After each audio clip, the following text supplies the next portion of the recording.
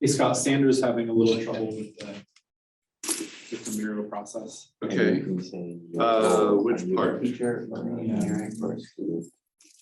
me see if I can.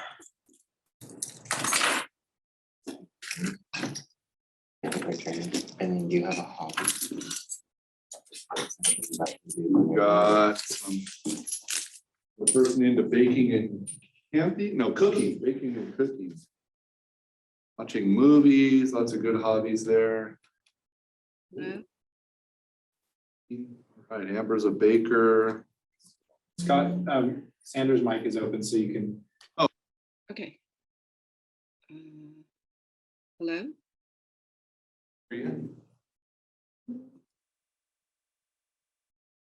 I did for a half a second. I'm here, but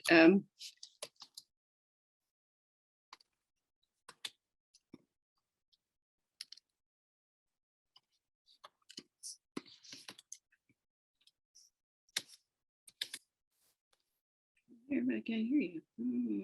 Okay. Sandra, I can see your arrow in. Oh, you can see it? Okay. Let's see. One of the options on the toolbar is to I can't hear you.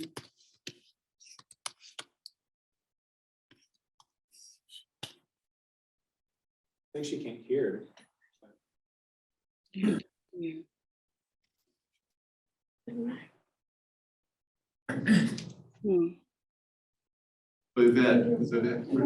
So what's a great movie you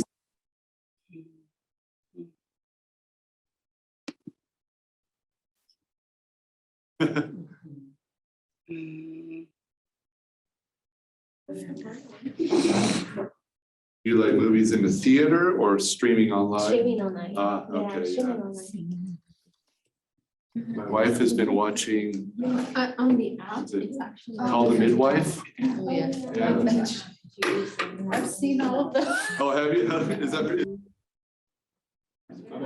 I like British. Yeah. The last one I watched was Buzz Lightyear. Oh, okay. Yeah. All That's a right, good good. The new one. The new one.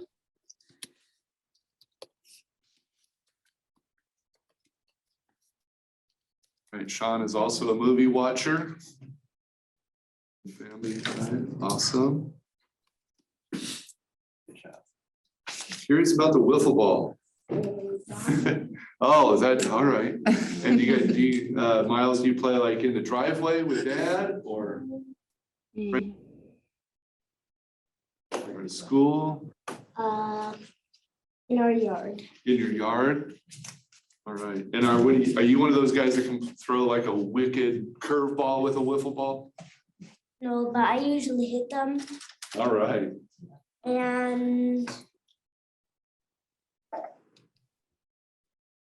and we throw them before we hit them, and then we do a few home runs. A few home runs. Awesome. Very cool.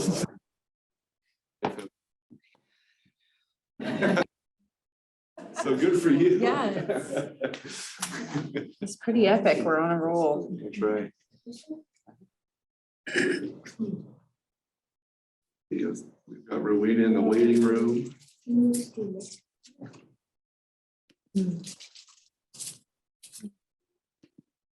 Rowena join us. All right. Rowena and Jennifer, good morning. Glad to have you here. So we're on the Miro board and that link is on the screen, should be. And if you go to that Miro board, if you're familiar with Miro, you can put a sticky note on that left-hand side. Tell us a little bit about yourself, your name, what role you play, whether it's in education or just some role in life. And a hobby you might have.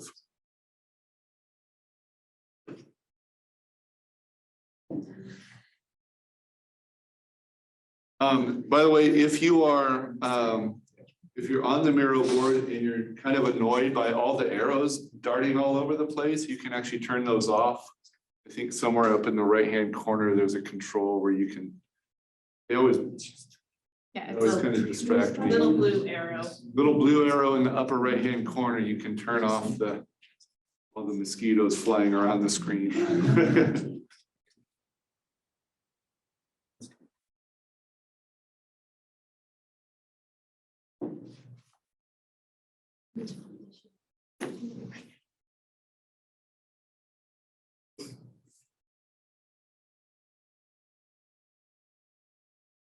Also going to invite you, maybe while we're waiting here, we're gonna talk about some really big ideas today.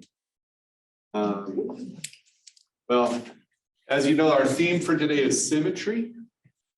We're gonna be talking about all kinds of different symmetry, doing a lot of playing with symmetry. And so this is a lot of activities we're going to be doing. Mirror twins, one called raised reflections, do some drawing, some hole punch puzzles, and then we'll wrap up this morning with a couple of outside of art culture, the papel picado and notans, one from Mexico and one from Japan, where they're forms of art that incorporate symmetrical concepts. And on your tables are some handouts. The first is the big ideas around maker-centered learning. That is a summary of a book that we have read and try to incorporate those ideas into what we are doing.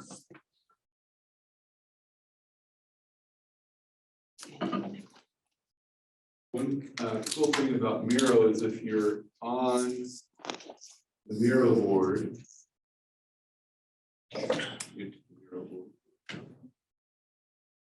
so in the middle of the Miro board, where it says maker-centered learning, here is actually a copy of that article, and you can read it right on the Miro board. You can zoom in, and if you click on that, a little control box should show up on top, in which you should be able to actually look at the second page as well, or the back side of that. I believe everybody has a copy of that in front of them anyhow. As we go through today also, what we'd encourage you to do is utilize this space on the Miro board. Let's see, I'm gonna turn these guys off. Boom, there we go. That's how you turn off all the mosquitoes. So as we're moving through today, if you want to take some pictures of what you're making, and you can post them into this space here, just to kind of share both. So we have online people and in-person people, and we can all see what we're doing together. For our online participants, we want to really invite you as much physically into the room as we can. So if there's something you would like to share, go ahead and unmute, and both Chris and Elin, I think, are watching the chat and watching the Zoom windows. And so we'll invite you to raise your hand, use the little raise your hand feature, but then you can unmute and share a comment with the group. And then as we move along also, if there's any questions or comments that you have, feel free to post them down below. It might be something like, oh, I've done this before, and here's an extension I've had or used, or here's a way I think we could modify this, or a connection I see to other places in the real world. But any kind of questions or comments, feel free to use that. But for now, I think we really need to start getting our hands on some things and start making, right? Because this is a play shop, so we need to start playing. And Elin is going to get us going on that.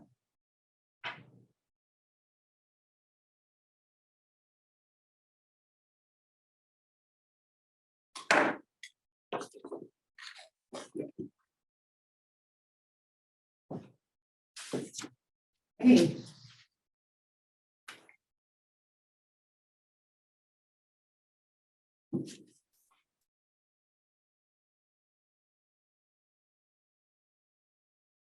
Good morning, everyone. So in those of you that are attending virtually, I'll get it focused, don't worry. you should have received a CD case. And those of you that are here in person, you have some on your desk. We're going to be using those for our first activity. Because we're going to be talking about, again, line symmetry today, so symmetry. And the jewel case works really well to show a reflection. If you put your hand on the table and put the jewel case up to it, you can see the reflection of your hand, the shiny part. If I put this ruler,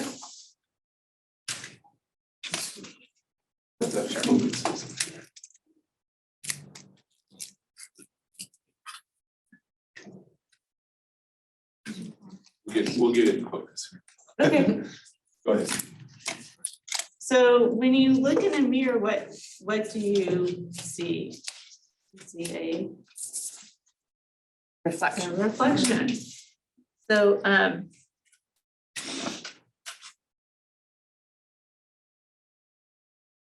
we're going to be first exploring the symmetry that's within letters, because letters are a good thing that we can use to explore to see if things have different lines of symmetry. So you have a piece of paper that has the alphabet copied on it.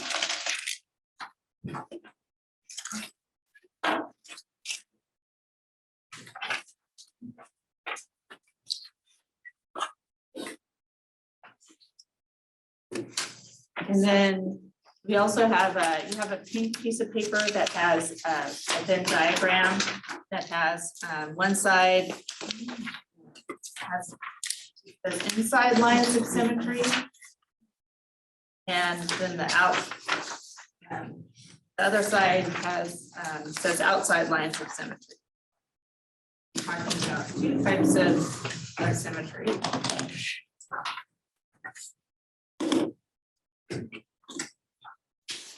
And then the green piece of paper is just a resource.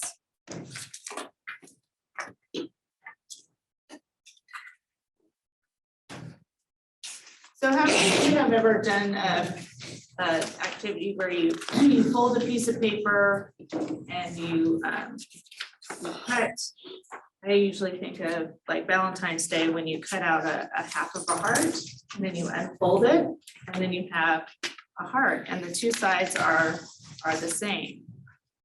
And that's what we're talking about when we think of symmetry.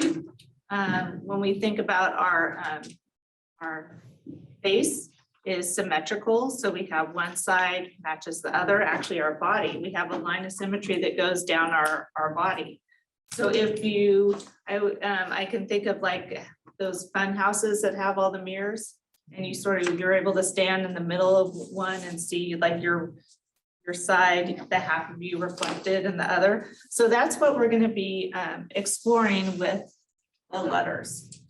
So if you use the CD case with the clear part, and for this activity, we're going to keep it closed. We're going to look and see if letters have first an inside line of symmetry. So inside means inside the figure. So we're going to put our CD vertically, see,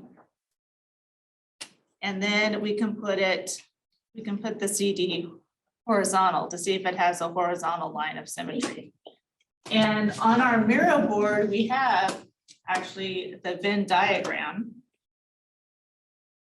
here. So as we explore, if you find a letter that has a vertical line of symmetry, you can use the text feature to write that letter in the Venn diagram.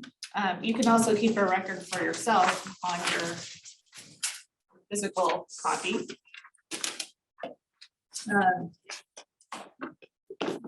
When you find a letter like C that has a horizontal line of symmetry, that means when you place your jewel case horizontally and you see the reflection, it still looks like the letter C. Then you can put that in the horizontal line. And then there's some letters that have both vertical and horizontal lines of symmetry, like H. If we look at H, we can put our jewel case so we can see the reflection horizontally, and it still looks like an H, and vertically or horizontally, sorry. And I think one way of doing that is to start at one side of the letter and move across, and then see if your letter forms like the letter A. Forms an A. So you can, yes, start at one side of your letter with the vertically and move it across and see if you see. Okay.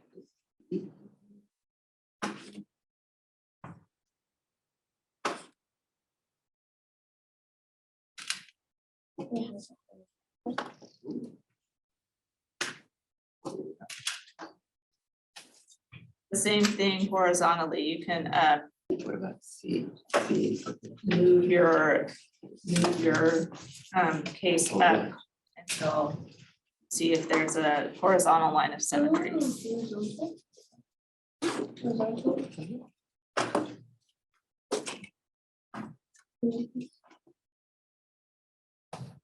So take a few minutes to explore and see if letters have a vertical line, horizontal line, both, or neither.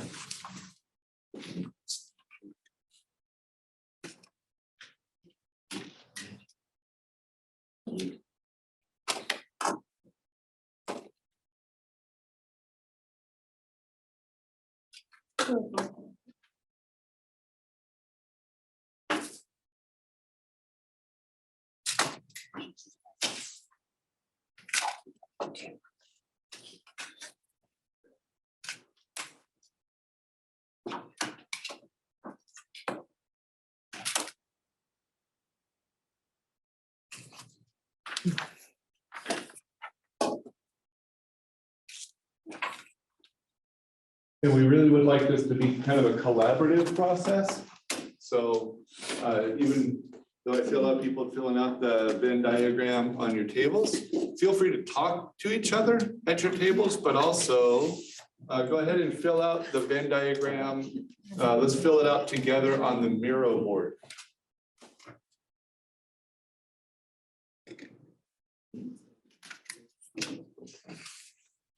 So on the Miro board, off to the left-hand side of where we put our sticky notes, you'll see that Venn diagram.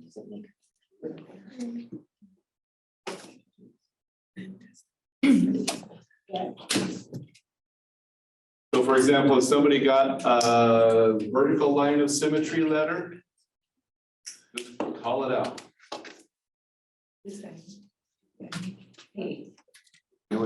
We've got A in there already. Is there another one? Oh, I heard O. Miles says O. Is O vertically symmetrical? We were doing an OH with a realization. Oh, I got you. That kind of O. I love it. However, try O. Is M? Okay, yeah, so we could just go in here, put a little text box and you know what, I like sticky notes better because they're bigger. So we have discovered the letter M has vertical symmetry. So as we get along, keep going here. Feel free to stick a sticky note in the Venn diagram.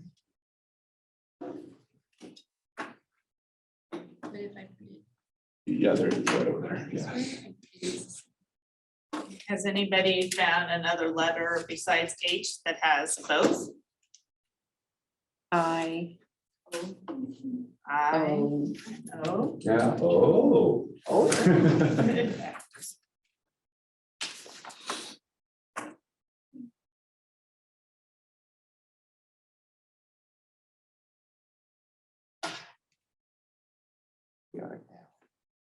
Oh, and there's no line of symmetry. Oh, yeah. So you put in the letters and have no. For G. Uh-huh. C. Does J. O on the board. Oh, U has vertical, good, but not horizontal. You know, I think some people are putting some ones that are neither. Yeah, if they're neither, they could go outside. outside, Yeah. Yeah, there we go. I had a letter F, no lines of symmetry. G, Thank you, Rowena. J, L.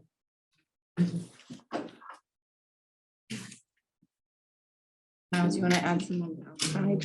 Oh, yeah. He's kind of curious about it.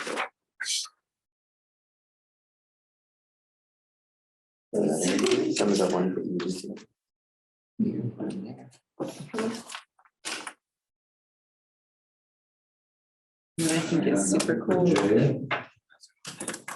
The image is reflected from the letters that don't have either one. It makes like a secret code.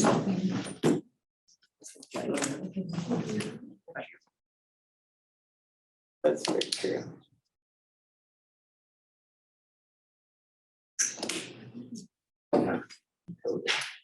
Using.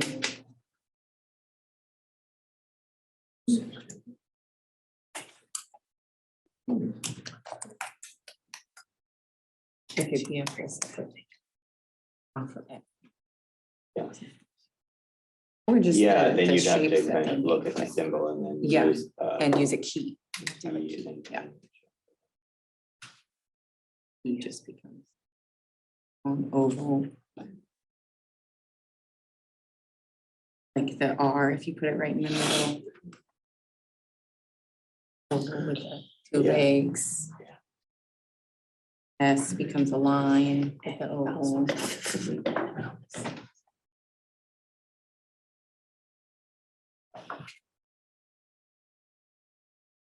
Sometimes what's fun to do is just kind of see what kind of weird shapes you can make with the alphabet too. Yeah. Using the mirror. Yeah. Right. And in that regard, your mirror doesn't have to be vertical or horizontal. It could be at an angle. Yeah. Make new letters in the alphabet. Or sometimes trying to find, like moving it up, you make a shape. or a different, if I move up from the bottom of Z horizontally. Yeah, Mm-hmm. interesting. Some letters are a little surprising. You would, like the letter N, I would think, surely that has a line of symmetry, but it turns out it doesn't. And you use your mirror to change any letter into another letter. I mean, oh. On the bottom line, like the V and the W, if you, and the X actually, but Mhm. if you do a direct, reflection, you get like the 3 diamonds and then if you move it to the side, you get triangles. I'm seeing a little disagreement on the Miro board there, which is awesome. I love that. So I see an N in vertical lines of symmetry and I see an N in neither or no line of symmetry. So invite maybe people just to look again.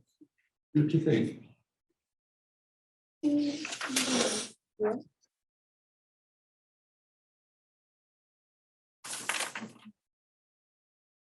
Yeah, it's interesting to explore the diagonal. Okay. Then we would need a whole nother circle in our Venn diagram. No. For diagonal. So, we've had a chance to explore inside lines of symmetry now, and some of you may have explored this during your inside line. Now we're going to explore outside lines of symmetry. So an outside line is, again, if we take our jewel case and go to like the letter A and move it across all the way to the other side, do we see the reflection of A the same way it looks? We're able to recognize it. So if it does, we would say it has an outside vertical line of symmetry.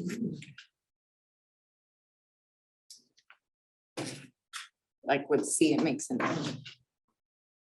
And if you go all the way across with C, it's not, it doesn't, you can't read it. It looks it's backwards. So H actually has a vertical line, outside line of symmetry. Because if you move it all the way across, you can see H, and it looks like an H. And if you take your jewel case and go horizontally and move it up, you can see the reflection of H, and it still looks like an H. So we say that that has both.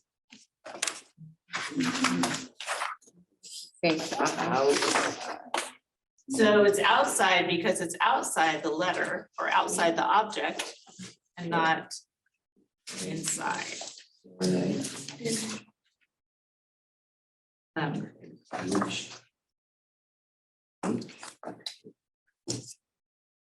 And then there are some letters like G that have neither a vertical outside line or a vertical horizontal line. So they would go outside of our Venn diagram. So again, if on the mirror board, you should be able to flip that Venn diagram to the other side so it is outside lines of symmetry. And go ahead and just do some exploring with your jewel case with the letters and see if it has an outside line of symmetry, a vertical, a horizontal outside line. Both, either.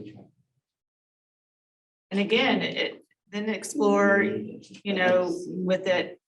Again, it's fun using that outside line to explore the diagonals.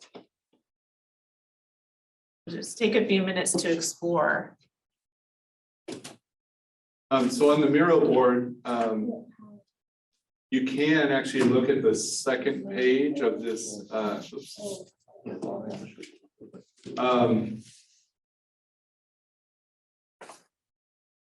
We just can't do that. You can look at the second page, which says outside lines. However, the sticky notes don't move. So I just put a little, copied and pasted. So here's the outside lines of symmetry Venn diagram on the Miro board off to the left there.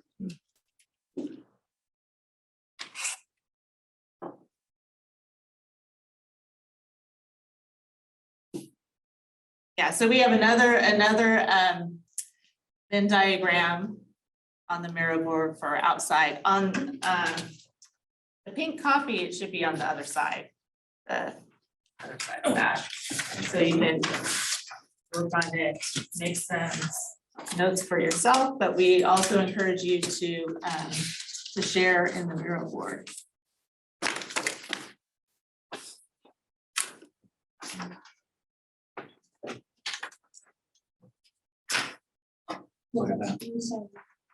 I know it's a.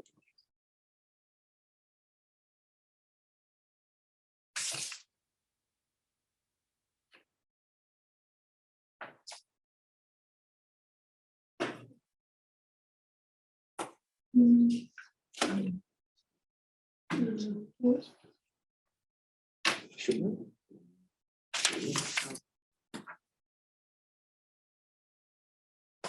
You need to let it.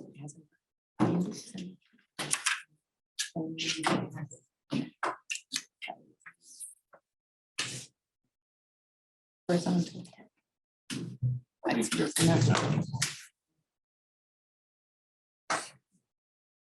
Goes.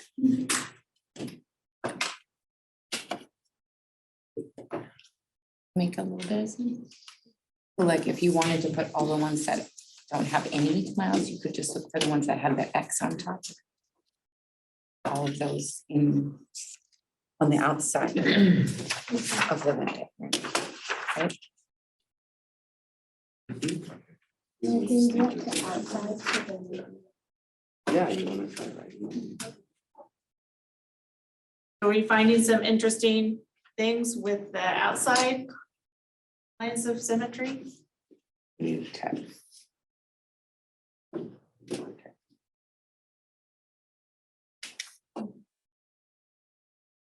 Letters showing up on that Venn diagram, good.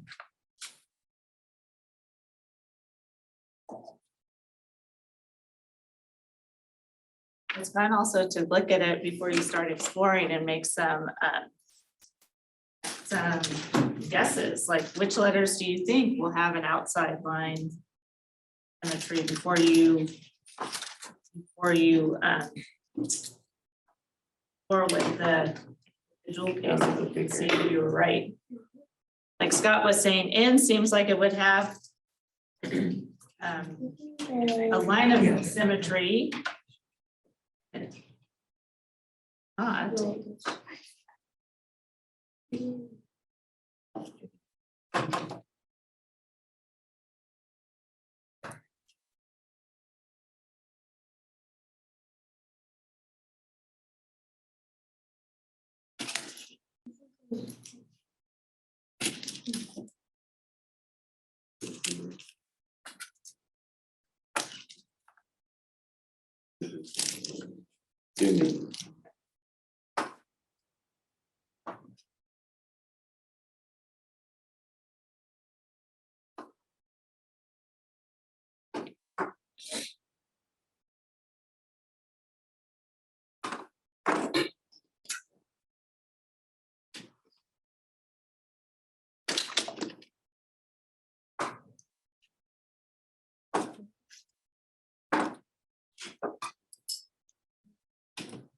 Seeing some more letters go up on the Miro board.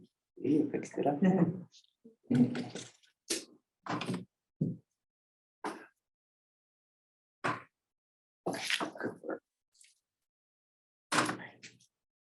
A lot of letters that don't have an outside line of symmetry.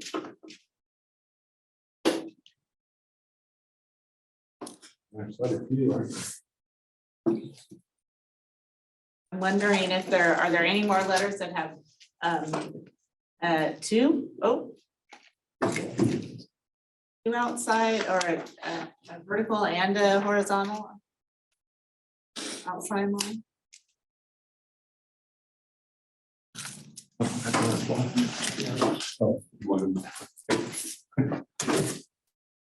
Hey, good morning. Are you looking for the girls' STEAM? No. Okay, because my letter just died. Oh, no.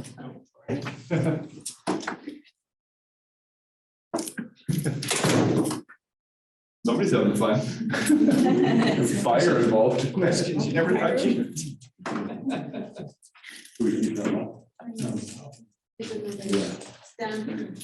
So now I'm seeing that we're finding quite a few letters that actually have both outside. Vertical and horizontal.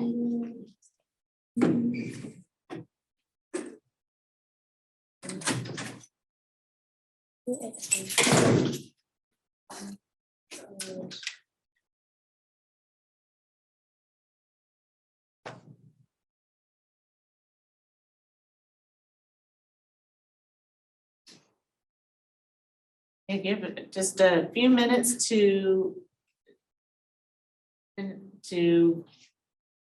finish your exploration with outside lines, and then we're gonna use the jewel case in a little bit different way. You know, I don't know, what do you think?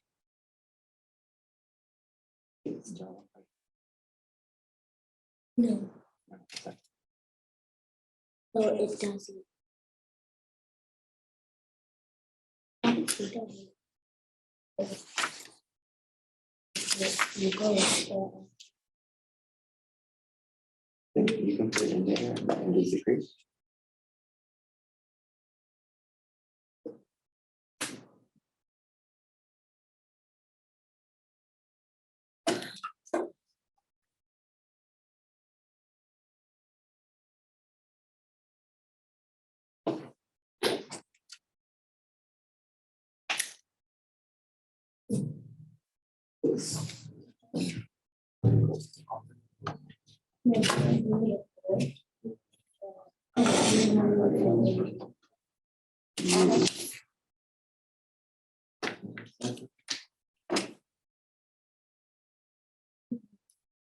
Okay, thank you for engaging and using the Miro board to do some collaborative work together. It's awesome. Awesome. Are there any questions in the chat, Steve, or any comments that they?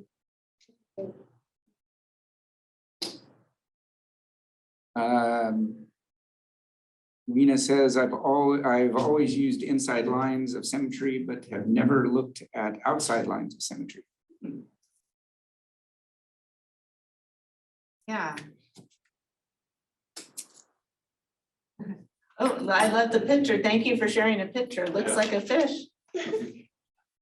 That does. Yeah, that's sort of interesting. And I've sort of wondered, you know, what, like if you used a different like font with like the alphabet, what would letters still have the same kinds of symmetry, or you know, what other like shapes, interesting shapes could you make, like the fish? Or different languages. Yeah. How many lines of symmetry does Chinese have? Chinese characters. Oh, yeah. That'd be really interesting. Hieroglyphics, oh yeah, Egyptian hieroglyphics. Yeah. That would be interesting. So we're going to do some more exploration with or tinkering with line symmetry, and this time we're going to use and reflections, and this time we're going to use your sheet that says a hat trick, raise hat rack. This time we're going to open up our tool case, our CD case, so we can still see the reflection, but we can see through. This might be a little hard to see with the you can see with the dot cam.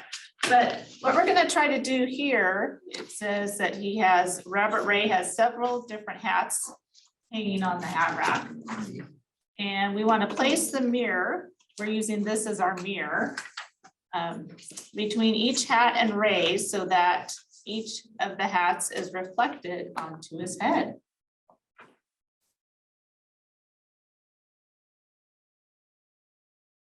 So you should be able to see the reflection through of the hat, through the case, and it should be able to be reflected onto Ray, the rabbit. Now, So see, Jennifer says it's fun. so see if you can put the hats on Ray. Poor Ray, he's missing ears. He has hats. So he's got a fire, looks like a fireman hat, birthday hat, cowboy hat, police hat, and an astronaut. So how can you move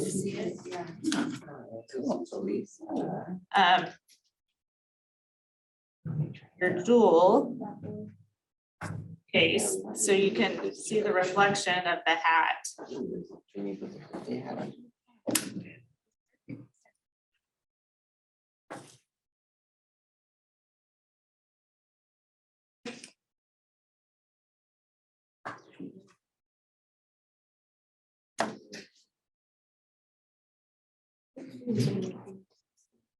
This side, eight here, and then 17. Oh, not that one.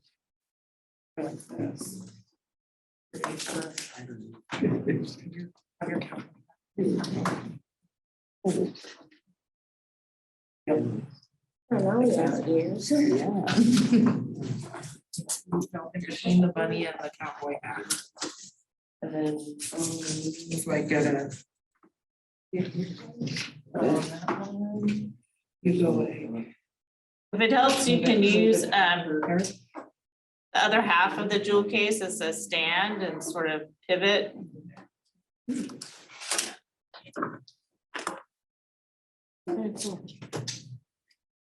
So see how many hats you can. Oh, you moved the button. Oh, I'm pressing.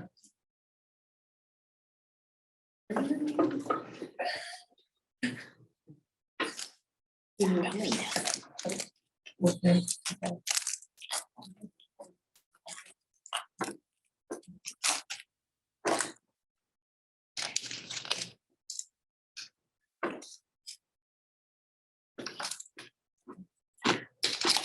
Anybody been able to put all raised hats on?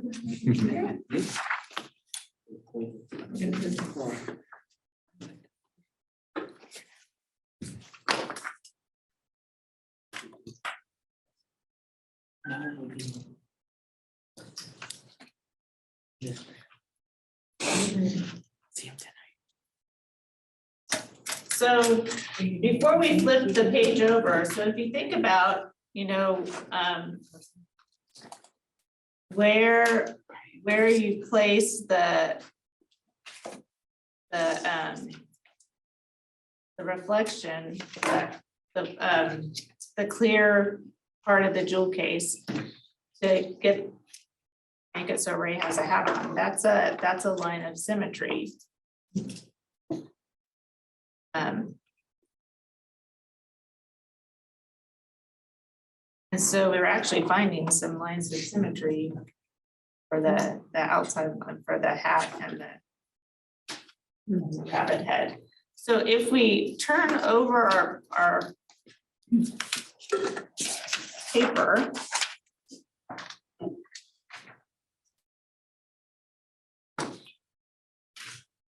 we're gonna do a little guessing and checking or making some predictions. So, does Mark? So before we put our jewel case on, we're going to think about where, maybe we're gonna think about where we could put the jewel case, where it would make a reflection so that the hat would be on right. So I'm gonna just looking at the police hat. Maybe think I place it right here.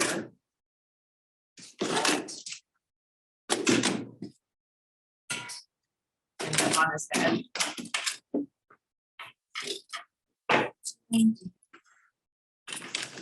No.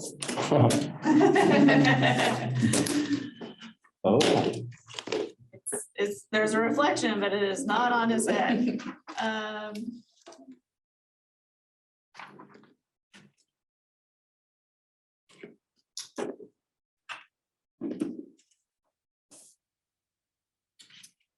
okay, so I sort of was exploring some more, so that's not one that works, but if I make it this way, I'm gonna draw a line here. Try it.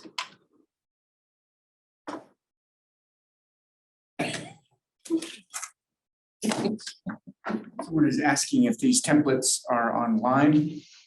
or they're hesitant to draw on them. Oh, They would like to have a copy. I believe we can make them downloadable. yeah, we can, I could probably think if I put them on the mural board, they can download them straight off the mural board.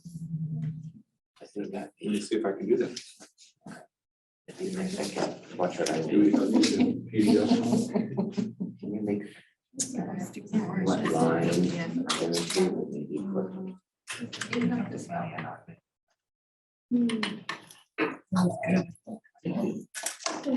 Johnny wants to be on a manual. Vertical maybe?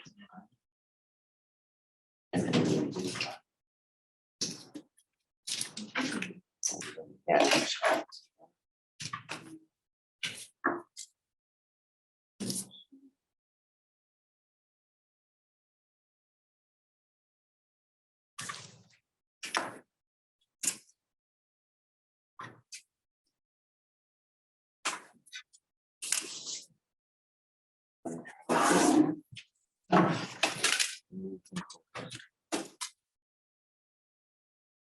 Do this. I'm gonna make another line here and.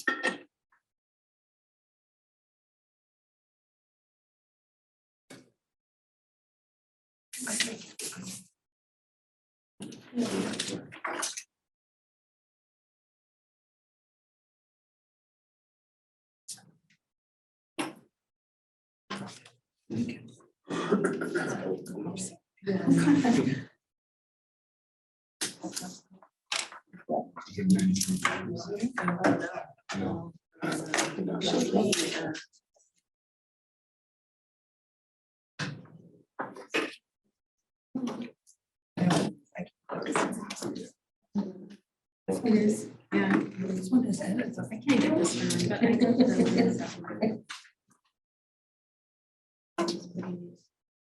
What do you think? There. Anybody been able to get pretty close? Guessing and.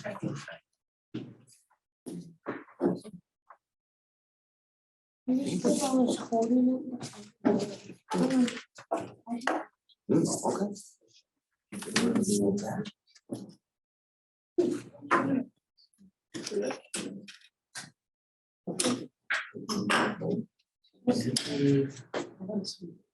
Maybe it's.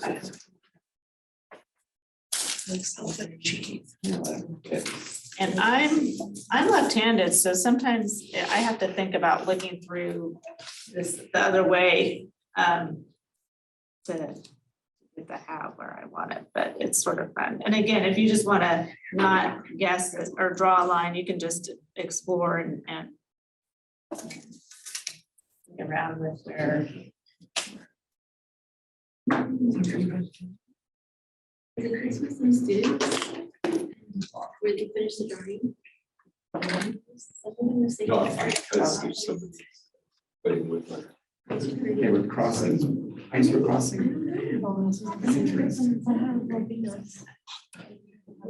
We were using the mirrors. Yeah. So it can be putting the hat on the rabbit or putting the rabbit's head inside the.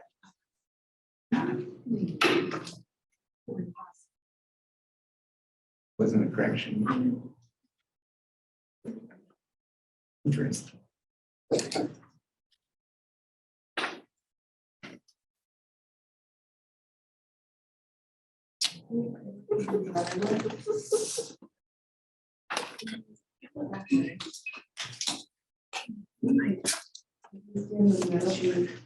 So that's again, a fun exploration of just exploring reflections and lines of symmetry. It might be fun to see if you could draw something. We have the rabbit and the hat drawn, but it might be fun to see if you could draw something where you could use the reflection to see if you could put something like another, like an animal and another hat or. So the last piece we're gonna, bit of exploration we're gonna do with the jewel case is with some reflection drawing. So you should have copies of some shapes and objects that are half drawn.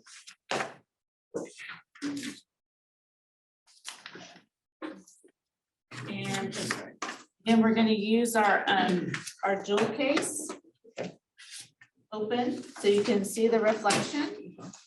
And we're gonna use the reflection to draw the other half. Probably don't have time to do all of them, so maybe pick one that you want or a couple that you want to explore and see if you can use your jewel case to draw the other half.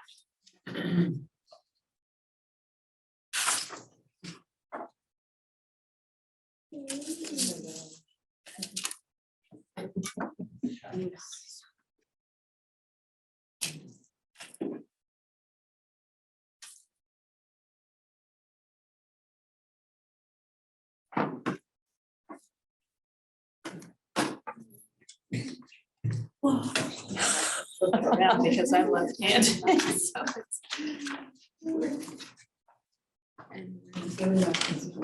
So somebody asked for these things.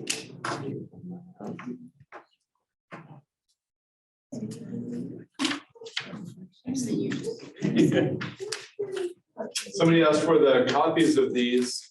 So in the Miro board that I'm sharing right now, under questions and comments, I have put those two documents that we've just been playing with.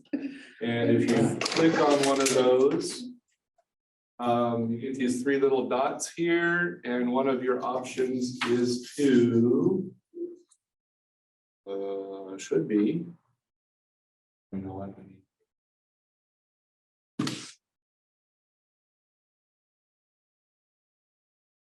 Should be able to download right there.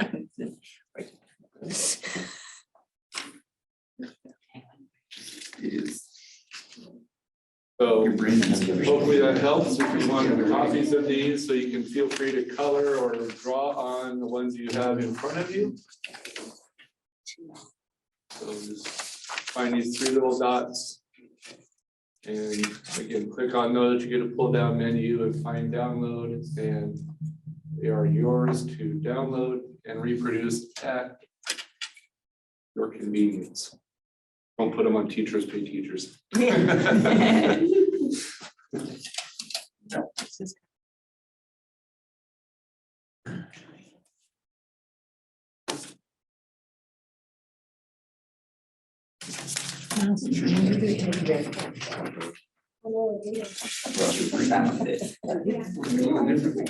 you gotta draw it. Now, hold it. Draw it.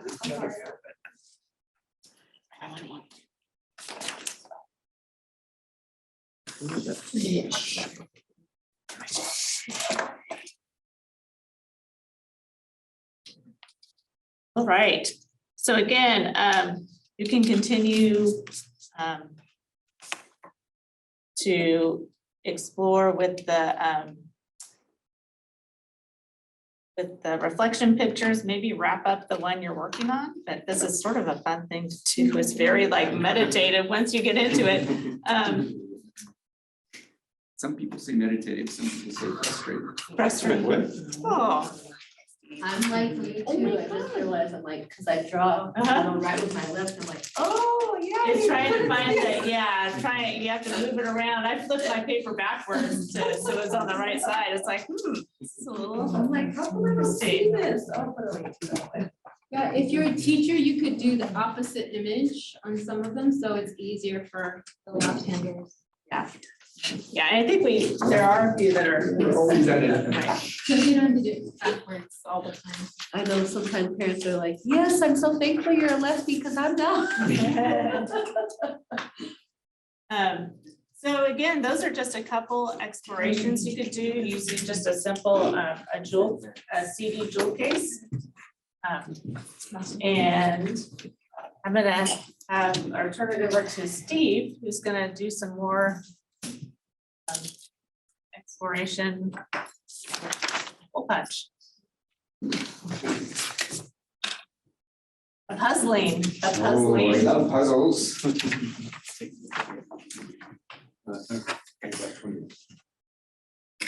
All right.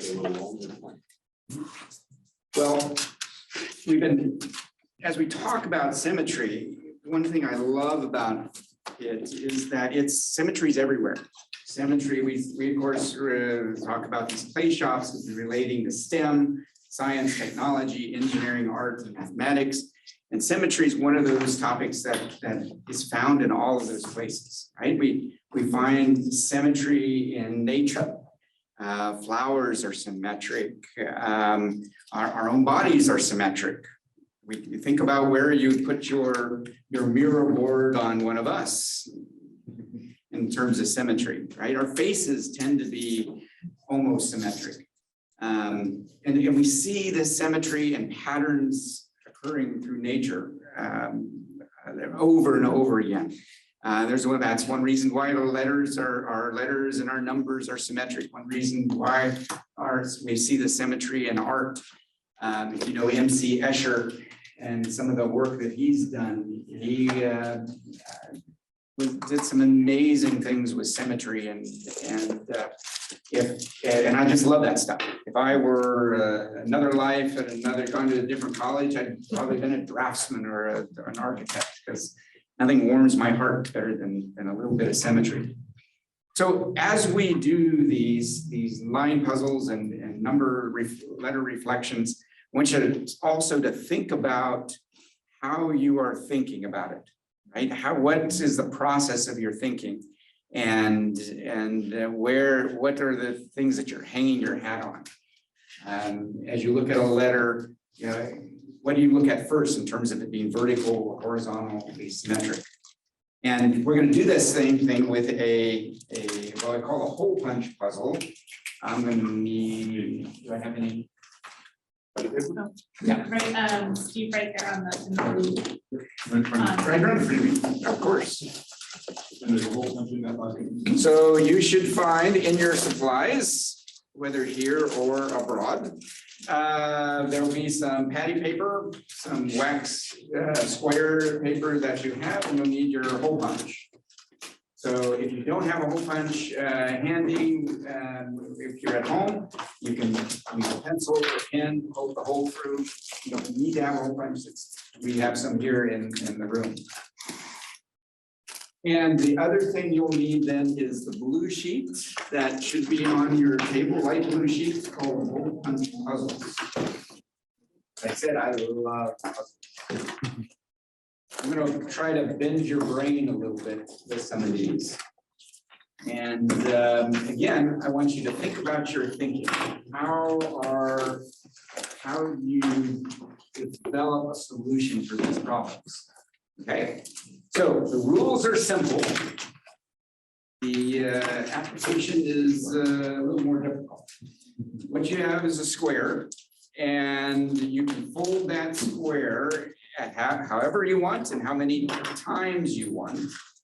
But in the end, what you're going to do is punch one hole through your square such that we're going to match pattern 1A. So if you look on your hole punch puzzles, you have round 1 and round 2 on the back. We're on round 1. We're looking at example 1A. And you get one punch. We're very stingy with our punches, but we're not stingy with our folds. So bend that. Oh. One. Do you want to? Okay. So So 1A, just imagine you can fold it as many times as you want. So think about your thinking. How do you go about? Where do you start? You only can do one. I'm going to give you a few minutes to think about this, and then we'll do the exam. I want you to think about what that might look like. Oh, let's see, I'm wondering.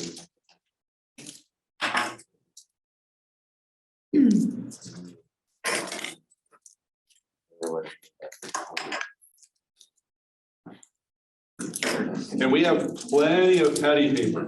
Yeah. So if you are surprised by what happened when you unfold it, use another one. We've got thousands of pieces of patty paper. Iterations are our friends. Yeah. I am not using them, purposely not using the word mistakes. They're not mistakes, they're just new discoveries. We have a couple comments that, I see a good example there. Hey, Elon? oh, and we have a couple comments in the chat that they agree that this is a good idea, a good activity to get you thinking about your thinking. Yeah. First one. Oh, what is that? Yay. Good, so we've got some good examples. Those of you online, So if you fold it. hopefully things are going well. Now, here's the key with this, is the other thing, there's several reasons why I love this puzzle. One is it's the spatial ability and spatial learning. I'm a big proponent of learning with spatial. And this is definitely in that wheelhouse. The other thing is that there is more than one way to do these puzzles. Right? So that's the key is well, the way I do it, the way that I show it is not the only way. Matter of fact, I tried this week to do these all different ways. Great job. Then you have this. Home run. So anyway, for the first one way of doing this is fold your square into half. Okay. Fold it again.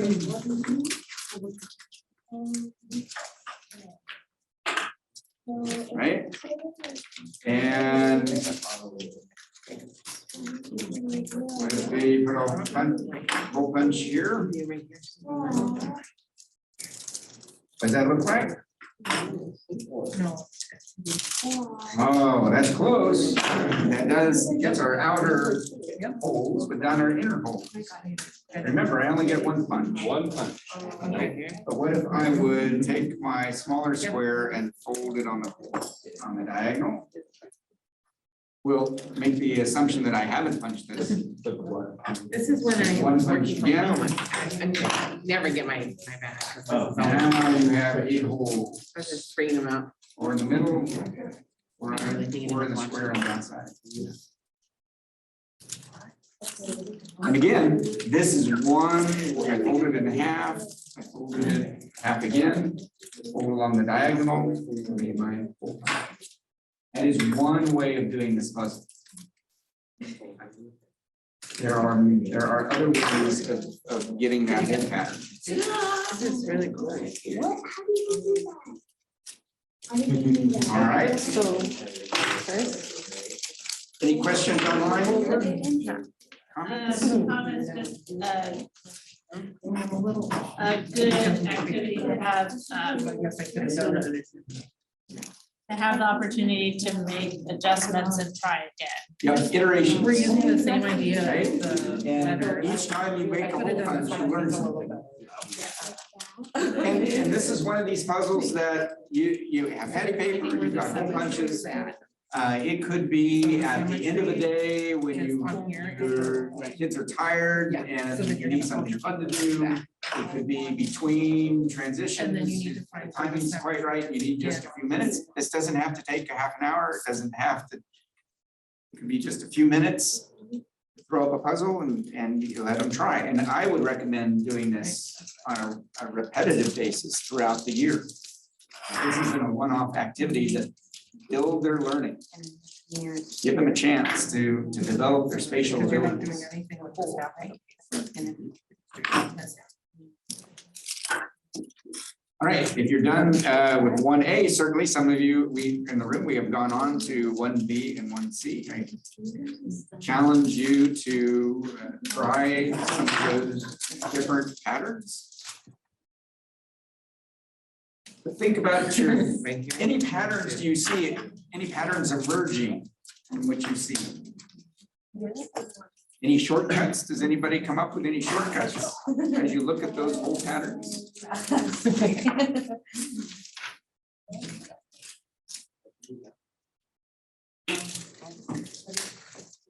In my mind, I kind of mentally fold the paper as I look at those holes to try to get those holes to overlap with each other. For some people, that's easier to do than other ways. What? No, 1B. Yeah, I start seeing a grid on the paper before it's even folded. Or it's even folded. You need to, but yeah. Not always correct. No, let me tell you, I've done these puzzles for years and years, and I still have to think about it, still punch them wrong, and have to give it another try. There's nothing wrong with trying again. Right, win from all.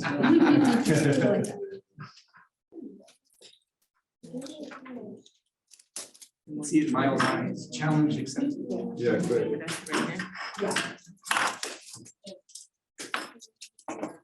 If anybody needs more patty paper, let us know.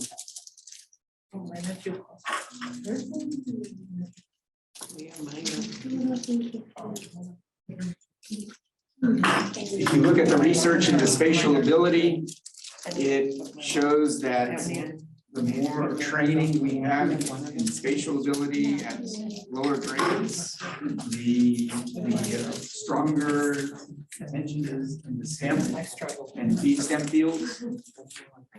And there's a correlation with mathematics as well. We'll ruin it, right?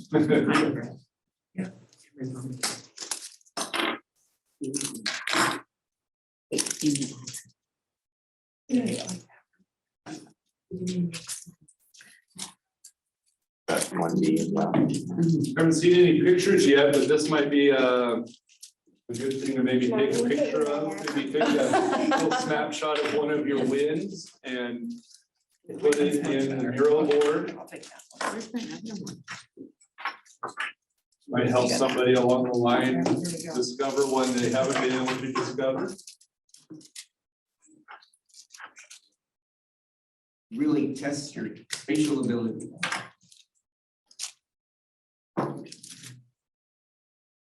My wife is very good with her spatial ability.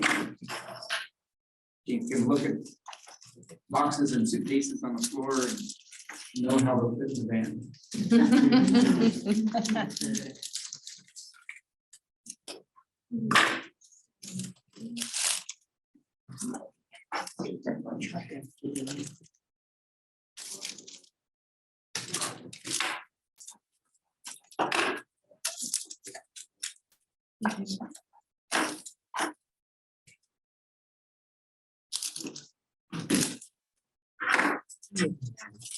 For 1B,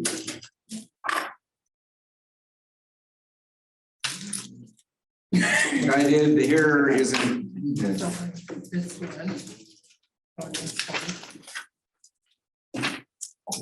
1B, I folded my paper in half. I folded it in fourths. Then I took two layers or two corners and folded it diagonally and punched the hole instead of all four. And then when you open it up, then you have a whole pattern that you had in 1A, but now only on one side. Now, what's interesting is there's another way of doing that. You gotta put it in this section. Is that I Goes in here. folded my paper in half, I folded it in quarters, and then I took the center two and I tucked them under. Folded them under. and then made my punch on the interior folds. And I end up with the same pattern. Another way of doing it. So kind of more three-dimensional folding than having it have to be flat. Well, this is My origami skills. Now, anybody seen a relationship? Anybody seen a relationship between the number of holes and the number of folds?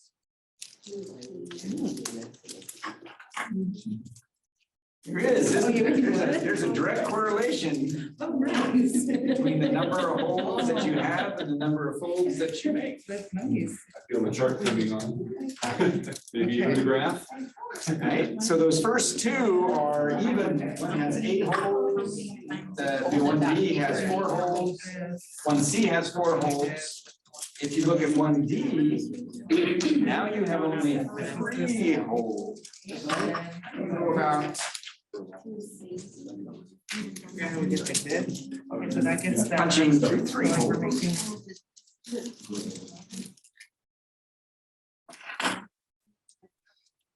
My mind is trying to.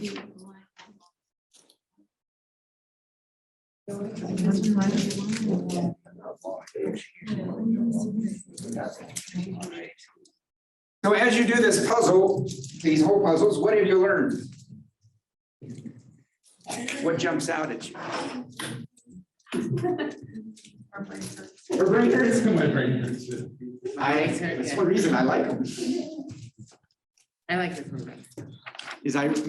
I find that with these puzzles, my brain has to think in a completely different way than if I'm doing a math problem. Or if I'm writing a paper, right? And I can feel my brain working differently.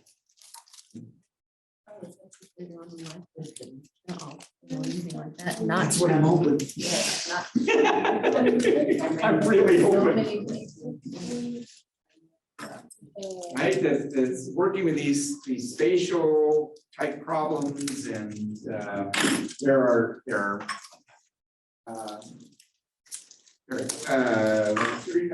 daily calendars that somewhere you have an origami daily calendar, where you have spatial puzzles daily calendars, and I think that's good for us, not just our kids in the classroom.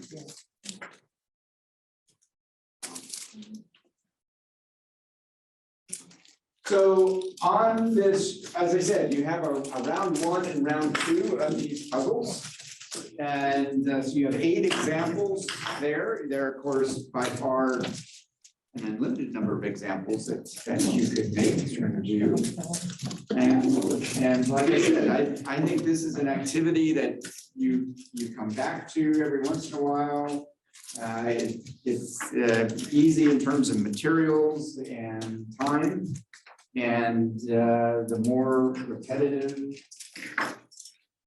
times you have to do these type of puzzles, the easier they become.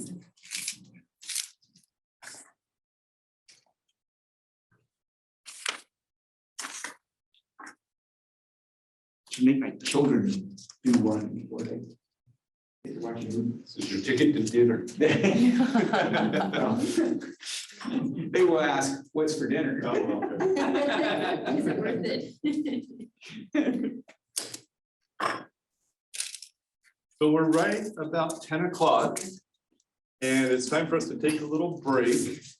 But feel free to continue puzzling. You know, another thing you can do with this is make a puzzle for somebody else to try to solve. So if you want to try that, but we're going to take a little 15-minute break, and then Aileen is going to lead us through a couple more super symmetrical activities. There are still some more bagels and coffee and water. Restrooms are, if you go out this door and just turn left, the restrooms are down in the corner. If you're online, you have to find your own restrooms. So, and your own bagel, for that matter. So it'll take about 15 minutes, and then we'll come back and I did that. do some Del Picado and no tans.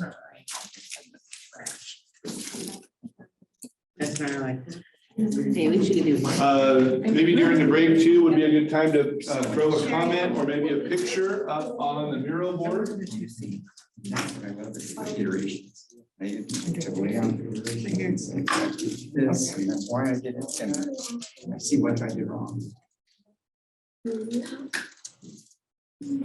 You know, and I have to say, that one is one of the tougher ones for me to do. That's the last one I did. It seems like that one should be the easiest, right? Yeah. It's just right along the diagonal. But it was really hard.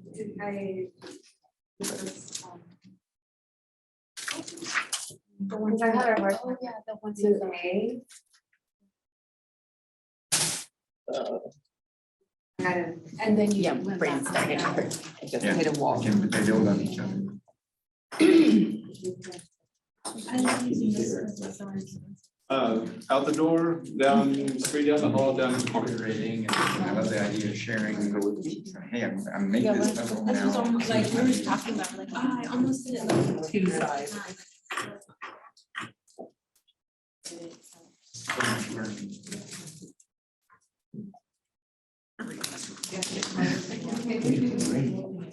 What was the other one? Oh, Dave Young's always said that. He talked about the game Rush Hour game, Oh, yeah. and every single elementary classroom should have a Rush Hour game. And when you say that time, you go with one of these ones. Have it set up in the back. Be a good one for a lighthouse. Giant Rush Hour. No.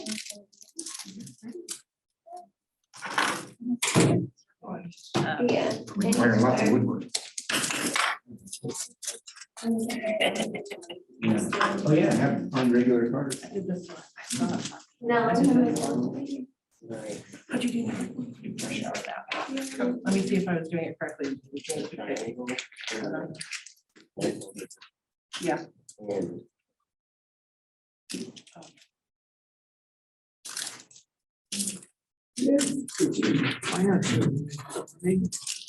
Right there. Okay.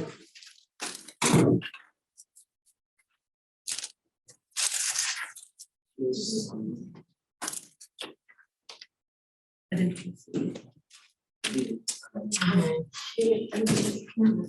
Yeah.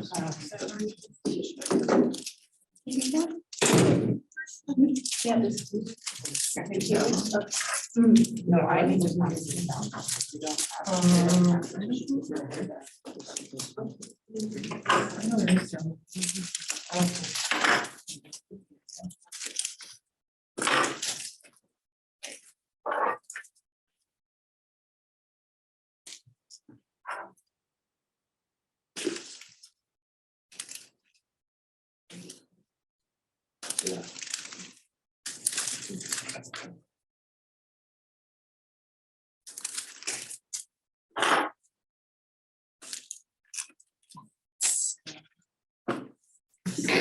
No, my Achilles heel with puzzles. I'd rather do this.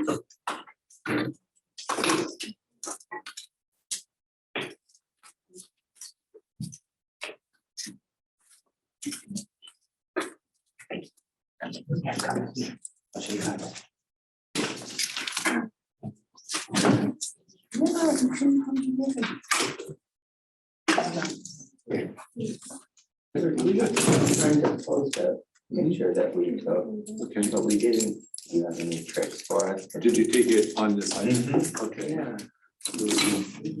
Here we go. The photo, And we copied it. Okay, then, so let's go back to Miro.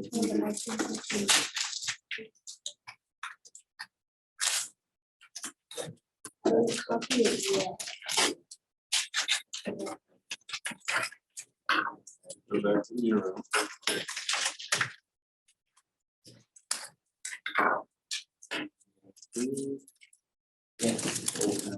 There we go. So those are the arrows. Upload. So these will be able to have some copies. Yeah. Give them. There you go. I can get them. Okay, you took a picture of me, this crop, that's what just.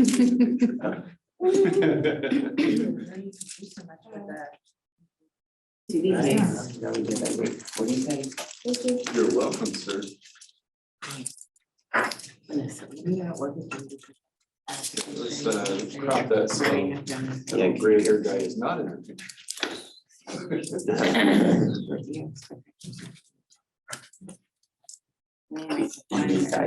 Other. Yeah. It's a wing, now sort of trackpad. Yeah.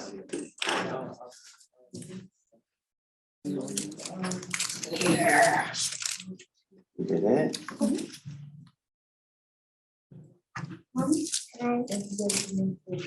This is spatial intelligence.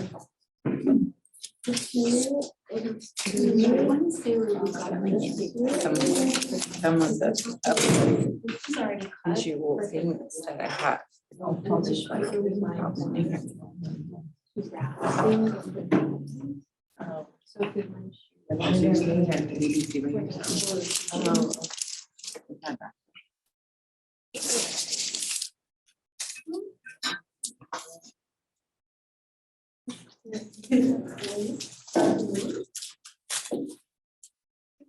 Okay, another thing we might do during break, in our haste to get going with playtime this morning, I forgot the second question, but what's something you've made recently? Could be anything. I recently bought a model kit of Da Vinci's helicopter. And that was really fun to make, but some of you bakers, that's making. Making is making, right? So what's something maybe you've baked or cooked recently?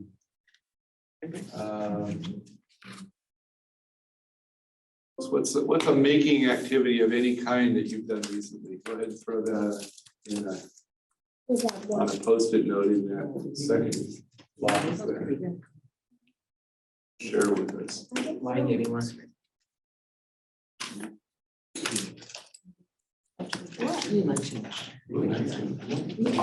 Oh, I forgot. Potatoes. I don't remember.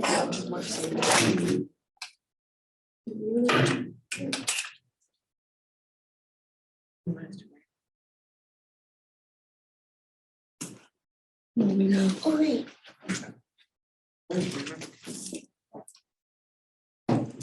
Where do we put one up to? I'm putting, somebody accidentally changed the size and location of that box, but I'll put it back up right now.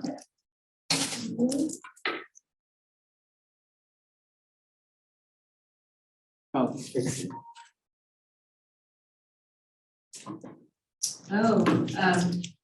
Somebody commented in the chat that Jennifer is sharing that she has made some homemade soap. Oh, wow. That sounds fabulous.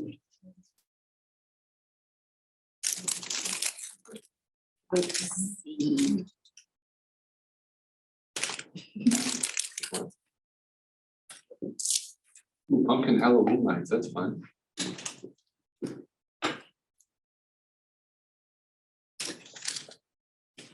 Very nice. But you mind? Awesome. Figured I'm playing wiffle ball, hitting a home run. That would be cute. A drawing of a prairie. Need some more people, usually go get it. Yeah.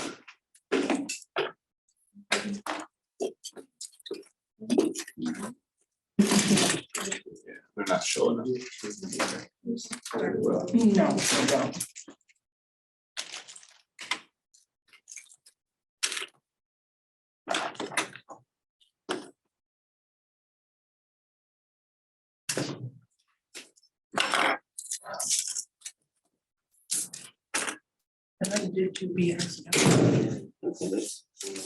About 5 more minutes, we'll come back together. Cajun shrimp. Who made Cajun shrimp? And what time is lunch?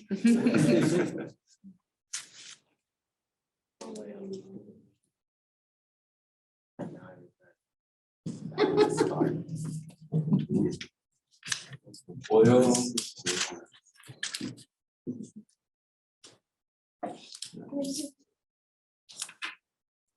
Turns out just about all our making is food related. Nice. Does anybody make clothes anymore? My mom used to sew like shirts and stuff for my brother and I. Does anybody do that anymore? Your mom still does. Does she? Yeah.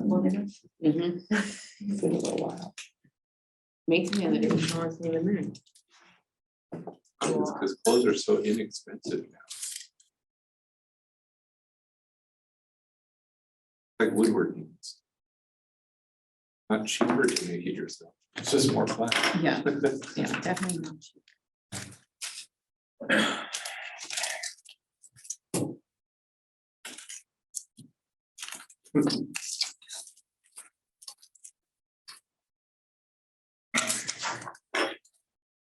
What's your favorite kind?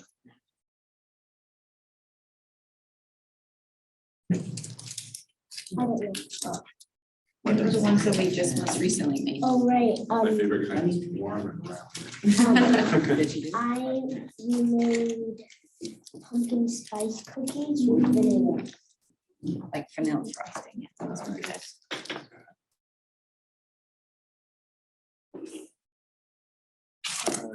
Couple more minutes, we'll come back together and get back to playing.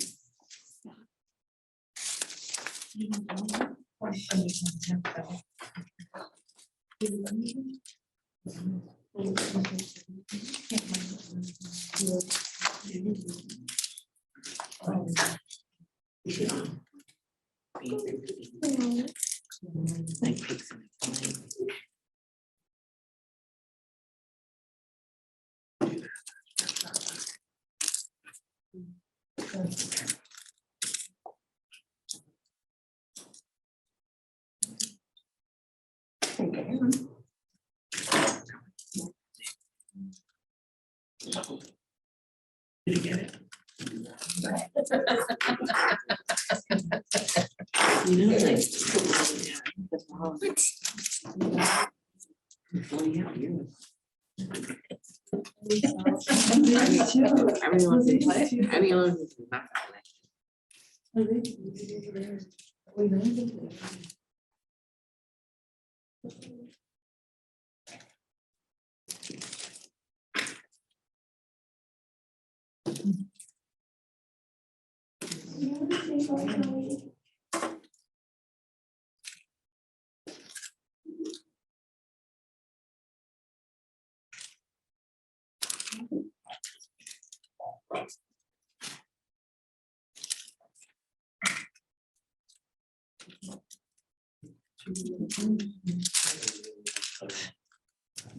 Thanks for showing up in the mural board. Thank you, everybody.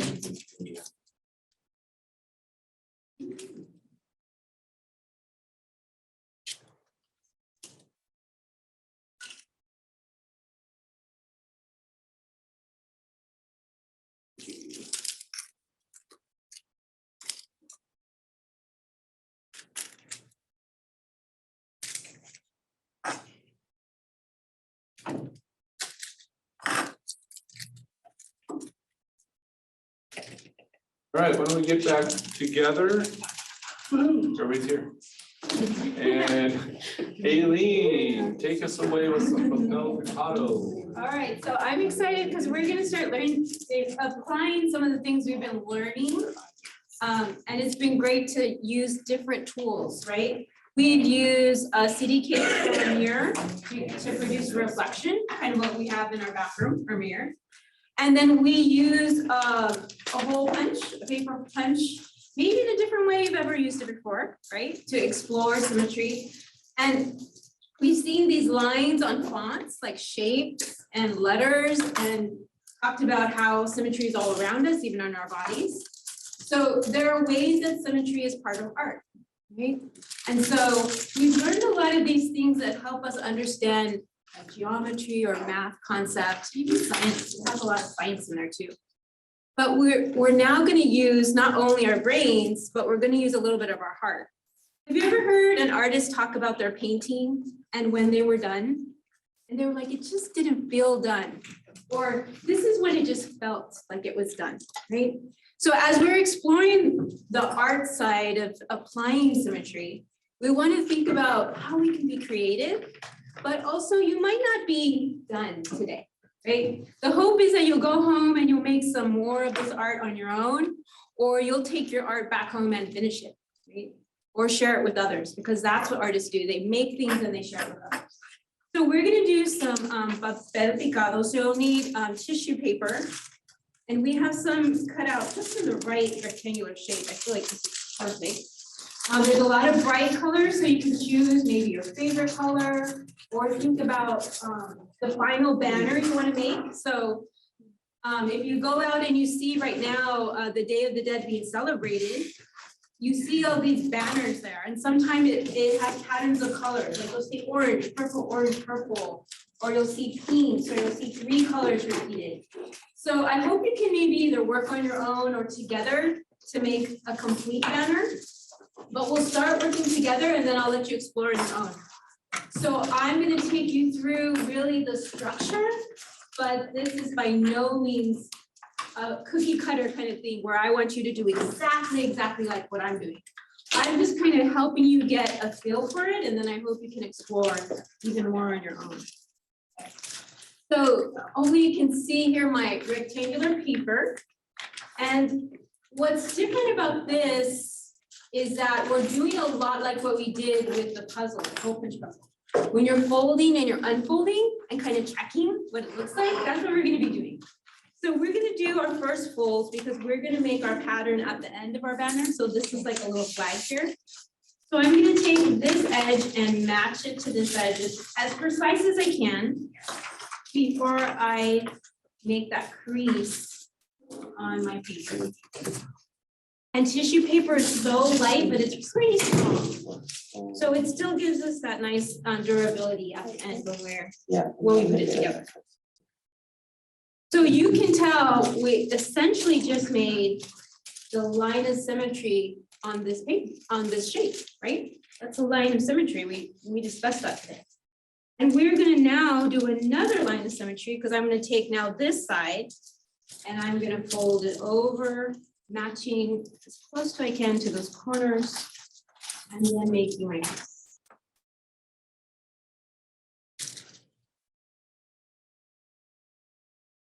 So we're going to put a little our end design at the bottom here. And by cutting it here, when we open it, we should have an iteration of that same pattern all across our side. So this is where you can experiment. You might want scallop edges. So if you want scallop edges, you might take your pencil and you might sketch in how you want those curves to be. 3 curves, really small curves. Here's my example. I sketched in, and I use markers so you can be able to see it on the dot cam, but I want mine to be pointy at the end. I want my edges to be pointy. So I kind of made my sketch of where I want to cut on the ends with points. So if you want triangular edges, you want curved edges, whatever you'd like to do, go ahead and sketch that bottom piece, and then you're going to cut that out. Okay.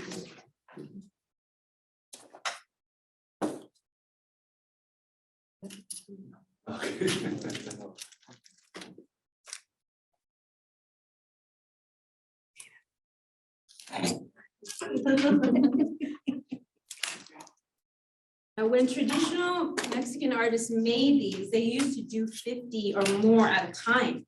So they use actual picks and very sharp tools to cut through multiple sheets of paper so that they were actually really carving paper. I'm amazed at how precise they could be in their designs, doing so many at a time with those kinds of tools. You would use a mallet and a chisel, right? Amazing.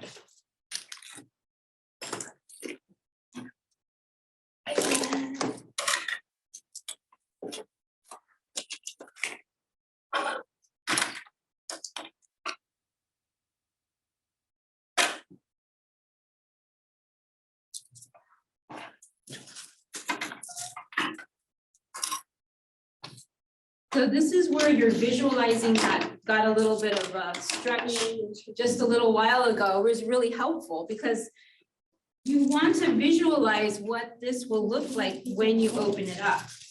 And so if I open mine up, I can see that I have those edges that I hope for is where they're all at a triangular point there. Right? So I'll give you some time to cut those out. See lots of different kinds here, and that's what we're exploring, like all the different ways that everyone will express their creativity today.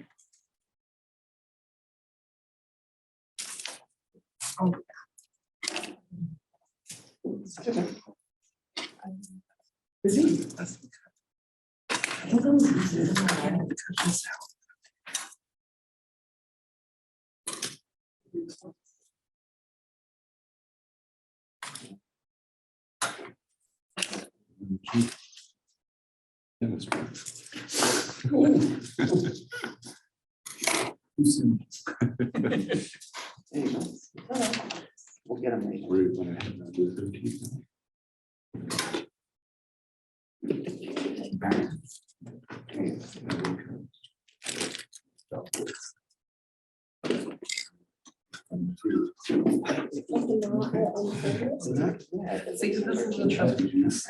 So another option you could add to the bottom is these little tiny windows.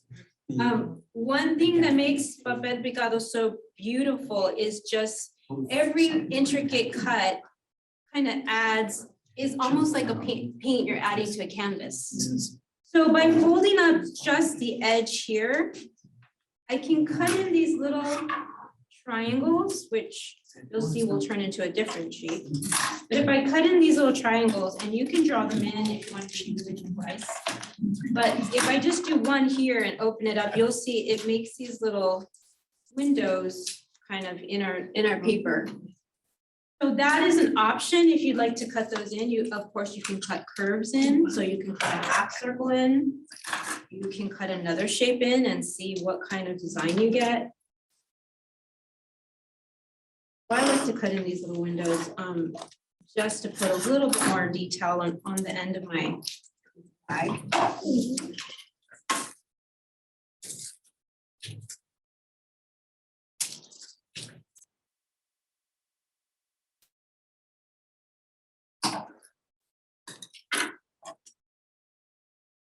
Then if you want to look at it, so you can open that up, you can see my triangles that I cut turned into rhombus shapes, or also called diamond shapes. It's like icicles.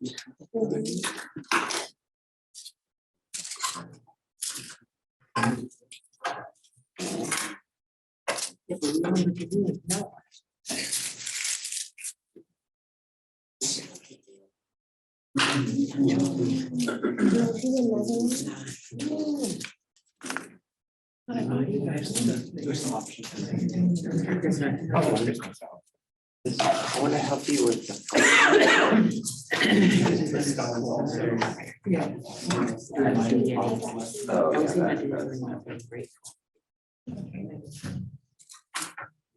No,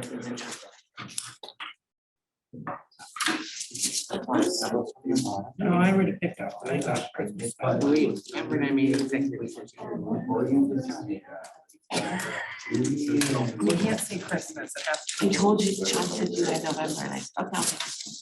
Oh, good idea. I see a few people doing another one, doing the edges of another one. That's great. As we go through, you might wanna work on 2 at a time. I like this. No, I would not go as, I would do something.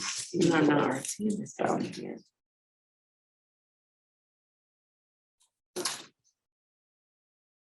All right, so I'm gonna take mine back to what it looked like when I was cutting those edges.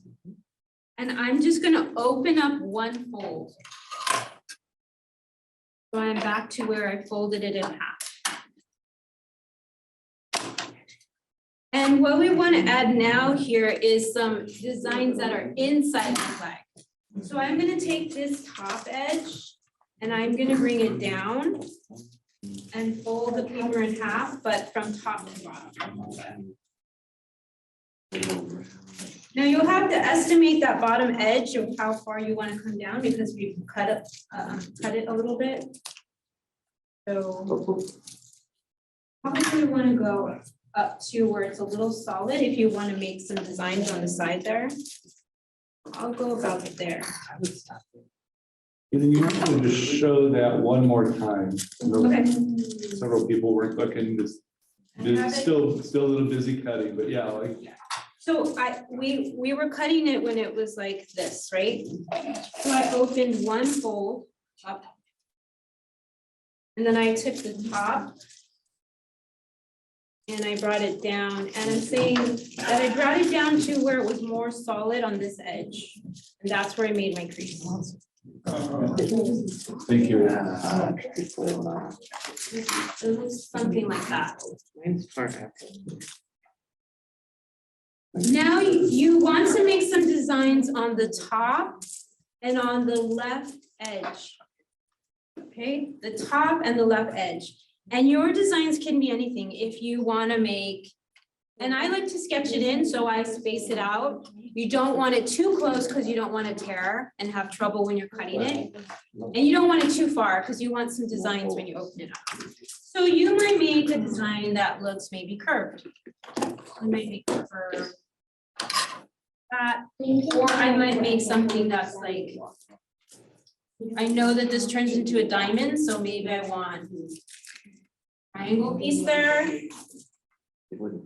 I might try some, maybe just half circles. Oh, yeah. So, right. Little bit. I'm just kind of drawing some shapes in. They don't have to be geometric. They can be just a shape. But I want to make some along this edge and then make some along.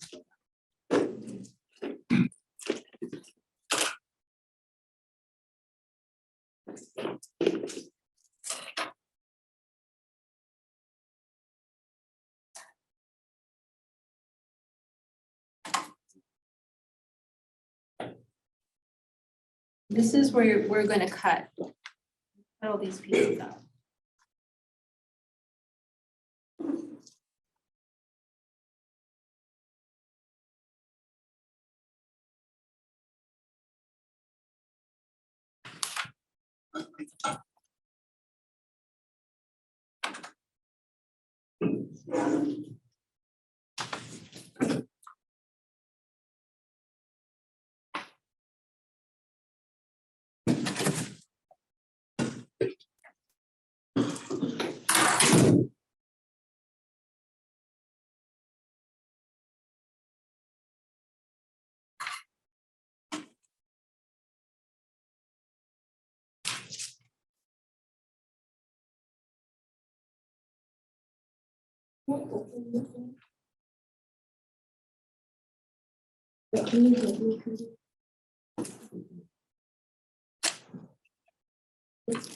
So once you have some shapes at your top edge and your left, then you can start cutting.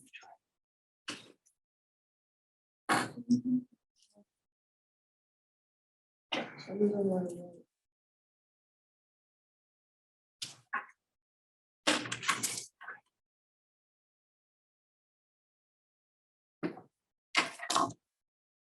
teach you a trick with that.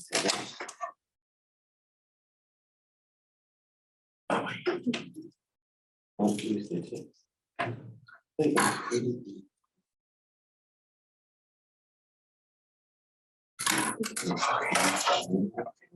Because it's sharp. Yeah, that's just such a flaw.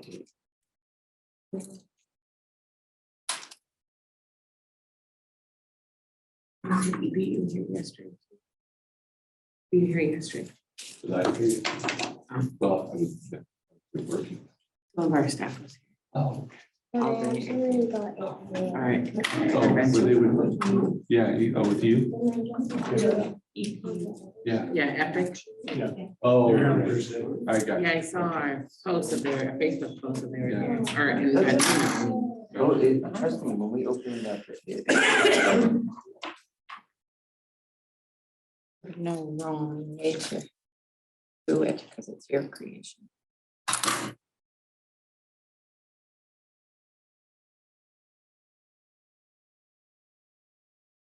Inside part of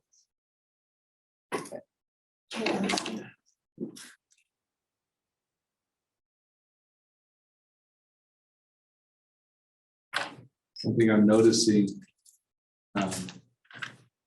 Just kind of paying attention to the volume of the room. When we were doing puzzles, it was kind of loud in here and everybody was talking and sharing and.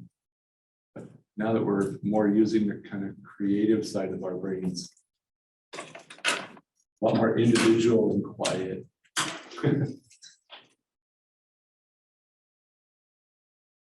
And Scott has to go and blow up by saying stuff.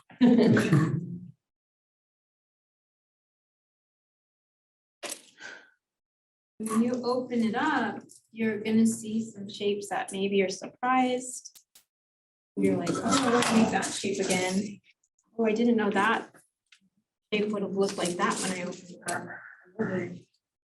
Symmetry allows us to get. Would you like to open it up now? how about a few cups? Oh, wait. And then just a few, you don't have to do that. It's finding it very therapeutic just watching you cut, you know, Yeah. like watching Bob Ross. Make a happy little cut right here.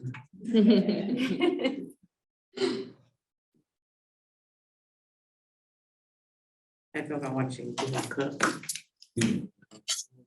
Relaxing.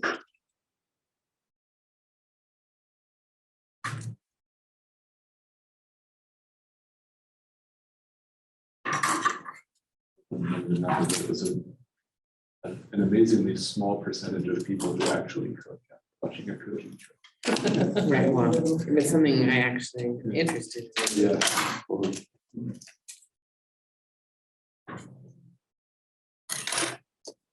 The statistics of us see recipes on Pinterest, I don't make.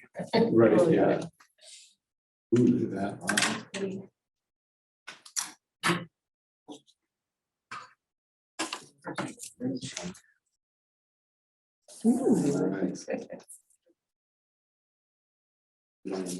Yeah. I could do this all day.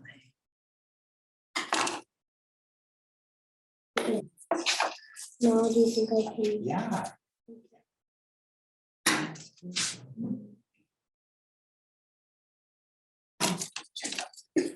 I hold it from these corners. Whoa. Awesome. Hold it up for me. It's these corners.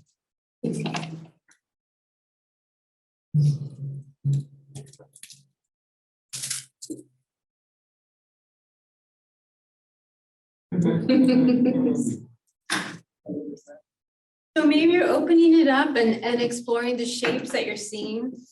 And we still have some space here. You can see that these 4 quadrants inside, I still have some space, and it just depends on how deep your designs were along these these lines here, these axes. So I'm gonna take mine back to the way it was folded before. Right before I opened it, it looked just like that.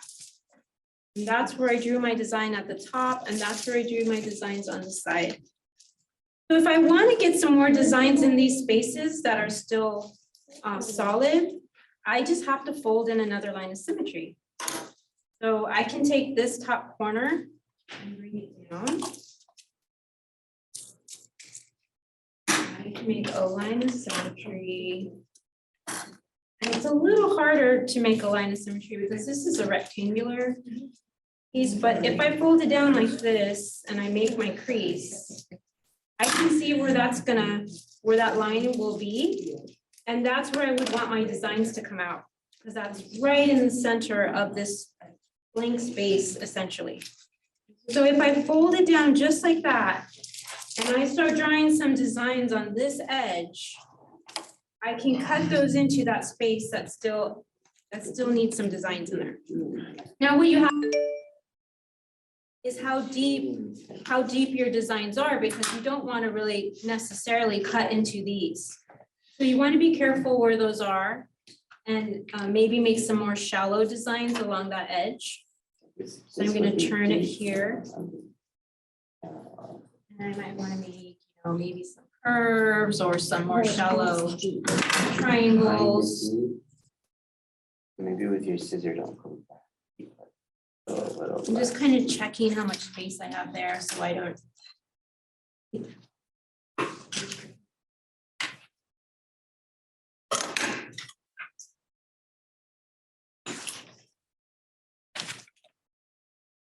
It depends on what the roof looks like and what you want to do with it. And then just watching these ends here to see how much space you have.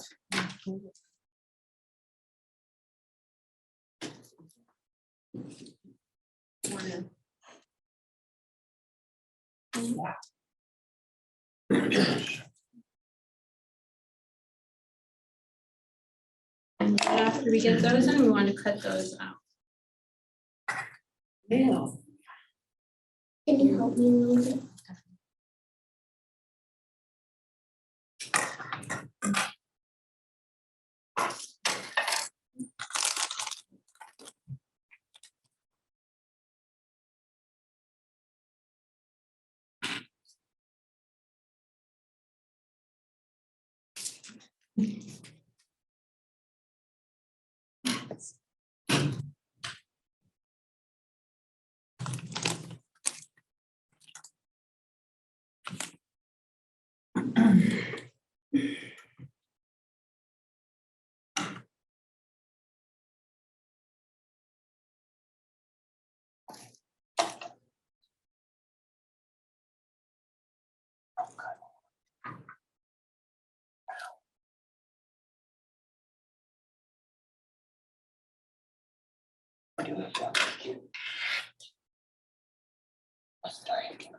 You might open it up again and see.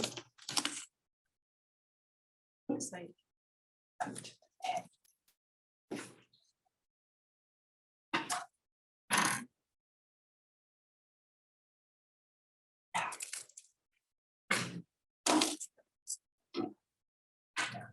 It's so fancy.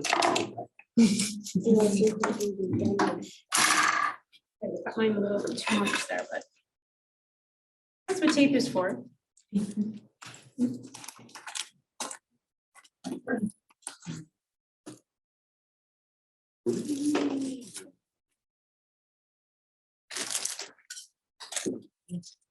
you want to try putting in a blue piece, you can see the contrast.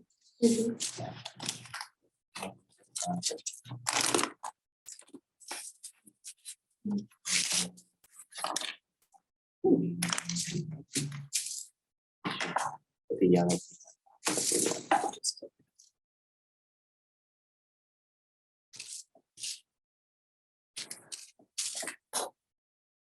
Oh, you want it.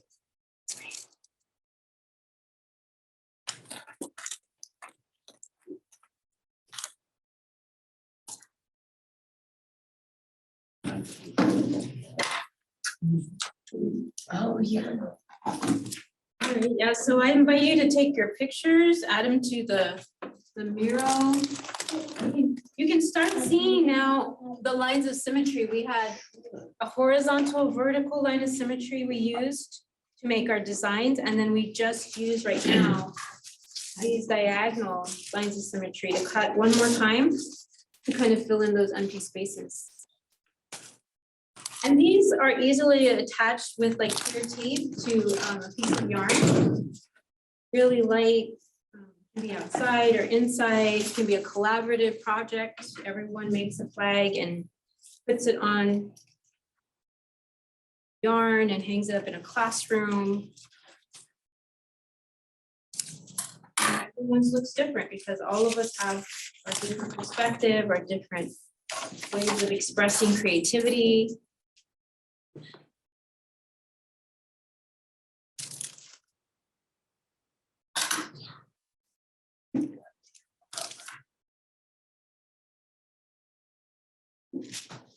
So I'll give you about, what, 4 more minutes and then we'll move to our NOTAMs. And if there's any questions,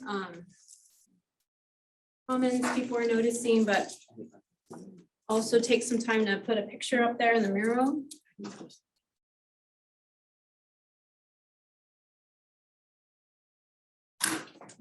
And stuff ready?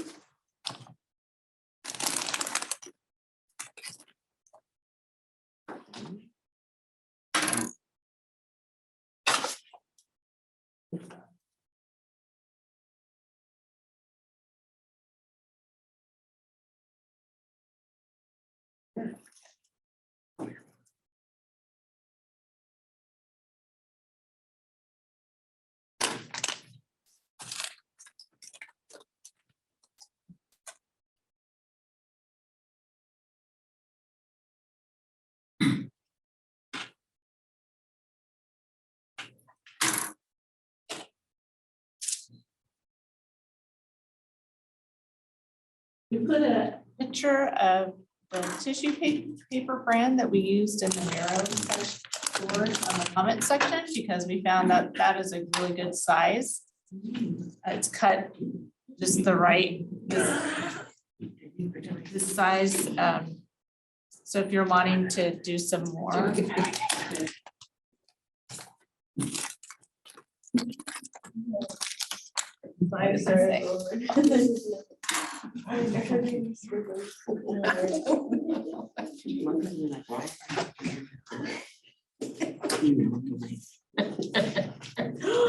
you?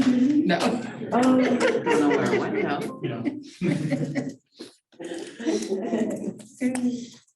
Well, good help.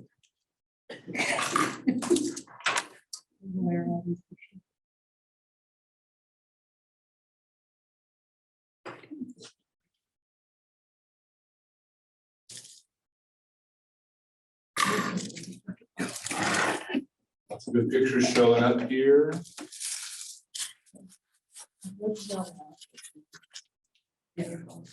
Yeah.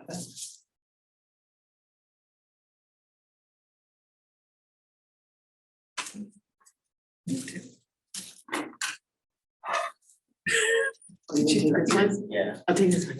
No. The only green neck.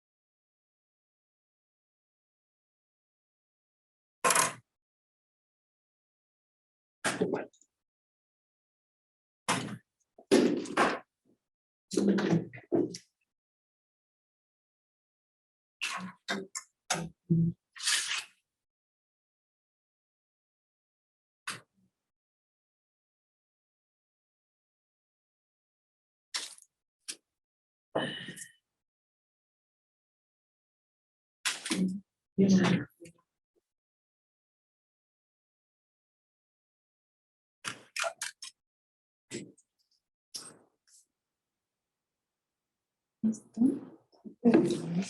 is fun.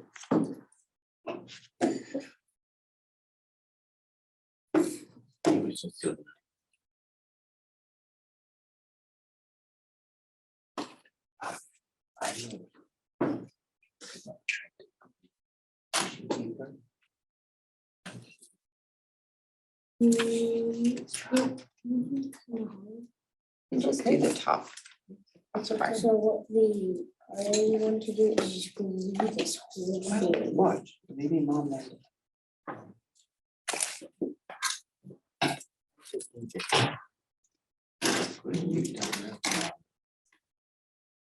All right, so I think we're gonna make our transition to our no-tens now. So we're gonna put these aside, our legs very carefully.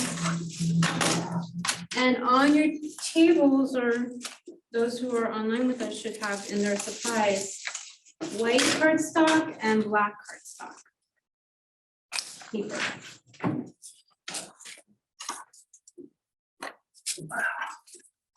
And the first thing we're gonna do is we're gonna cut. I'm using a 4" by 4" black square. So you can not, because I want enough space inside my white. So cut yourself a 4 by 4.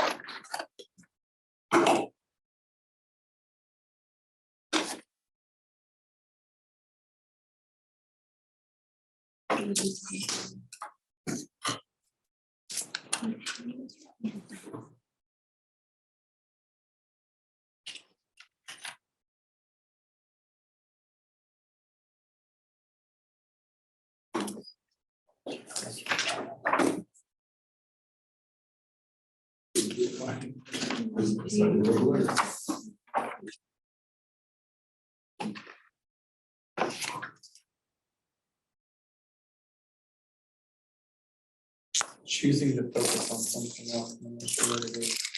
I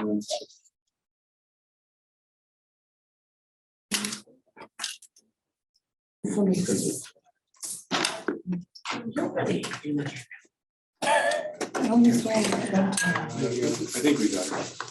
Yeah, there we go.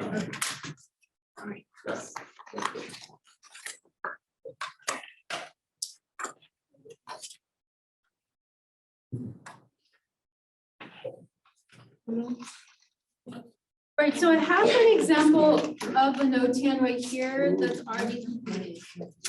And so we'll talk a little bit about it because no-tans need less structure than the papel picado. They allow for more explorations, but they do have some constraints, like some things that are the thematic to any no-tan you see. So no-tans start with the black square. And in here, you can see the edges of my original square here. And no-tans use symmetry, but they also use a sense of balance. There's positive and negative space. So we're only using the color essentially black and white, right? So it has a sense of balance and it uses 4 lines of symmetry. It uses all the edges of the square as its line of symmetry. So the way you start is very much like you're sculpting paper. And this is kind of your block of clay. You're gonna cut out stuff from the square, but then you're not gonna throw it away. You're going to reflect it across these lines. So you see when I cut out this curved shape from the corner, I cut it in half and then I reflected part over this line and part over this line. And everywhere there's this negative space here, you can see a positive space on the other side of the line of symmetry. Sometimes I took things way outside, right, far from that line, but they're still symmetrical. The triangle that was here is all the way over here. I could have easily also taken it up if I wanted to, so that's where you can decide. You have autonomy. You can take a shape over this line of symmetry or over this line of symmetry. But they can be, you can do like half hearts. And then if you reflect it over, half of your heart will be positive, half negative, right? So you can think of shapes and split them in half over those line of symmetries, or you can just think of abstract shapes and then, you know, reflect them over these lines. You do something very simple, something that has a lot of cuts, a lot of shapes that are moving. Right? But we're just under those kind of constraints that we're not throwing any pieces away and we're working from our one black square. And we're just going to reflect. Now, when you're starting to cut, it's going to be kind of some organization because you're going to want to see where your shape is going to go. You want to keep it there as you keep working. And then probably once you're done, you'll start gluing. Somewhere in there, you'll start gluing these down because I have to eventually glue those down to keep them in place. Right? And so as we're exploring, we'll share what we're discovering, what we're learning. Hopefully people will share their picture. But right now it's kind of like a brainstorm. You're going to kind of decide where you're going to start. Don't be afraid to start from anywhere. There's a lot of black paper. There's more white paper. And you really can't go wrong because you're just using that kind of a method to create something that's going to take life. It's going to take shape. Right? So I'll let everyone kind of start. If you have questions, feel free to ask them. I'll leave both of these up here so you can kind of think about that as an example. But like I said, you could do simple organic shapes, or you can do geometric shapes, anything you want.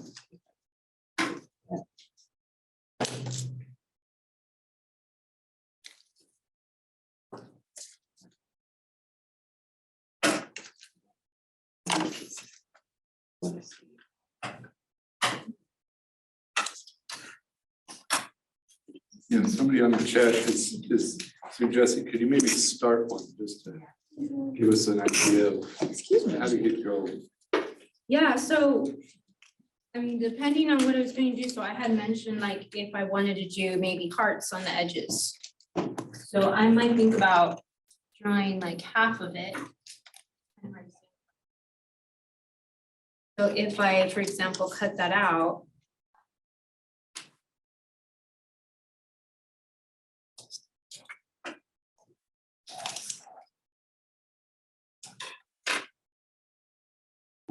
If I cut that out, it literally reflects in my hands. And then I see something like that.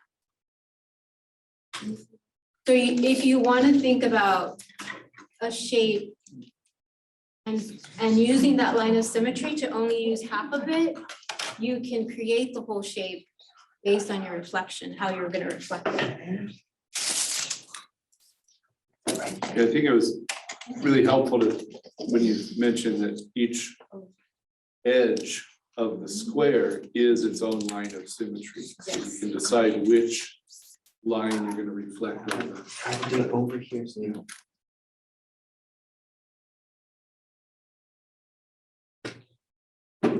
So if you want to do a star, you can do half the star on the line of symmetry, or you can do a complete star inside here and then reflect it over so that you have a negative and positive star. And if this, that's like, for example, if you wanted to do something that looked like the night sky, do a moon, you could do stars, and then just think about where they're going to be reflecting, how you're going to arrange them. But it doesn't have to be something that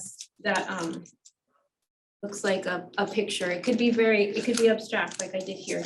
And with this one, I kind of use the template, you know, we have those templates with all of our basic shapes on and trace them. I just started with that and I just started drawing and reflecting. There's another question, and I think it's from Jennifer. And Jennifer, feel free if you would like to unmute and ask your question directly. She's wondering if you fold the, I think she's wondering if you fold the black paper at all. I didn't fold the black paper, but you can if that would help you. I think she's seeing your example and seeing how like Maybe really like I have some precise lines those of symmetry. corners look. And to allow for that like really precise symmetry, did you fold it all? It just makes. Yeah, no, I didn't. Since I had my square already cut, I just kind of used those things as my lines. It's just more simple. I had to be a little bit more careful, like my triangle might not be exactly symmetrical, but I guess I can see where your lines of symmetry kind of feel like they're there. But you can see like this shape is not the same as this shape, so I didn't necessarily use folds and cuts for those. My concern was the creases might make it difficult to paste it down, so that's why I didn't do that, but I would imagine that that would be okay. I don't think you would see the creases at all. If you use that method, please share how it went. I mean, I think that that's what's really great about building a community of makers, is sharing what works for us, what didn't work, what we tried.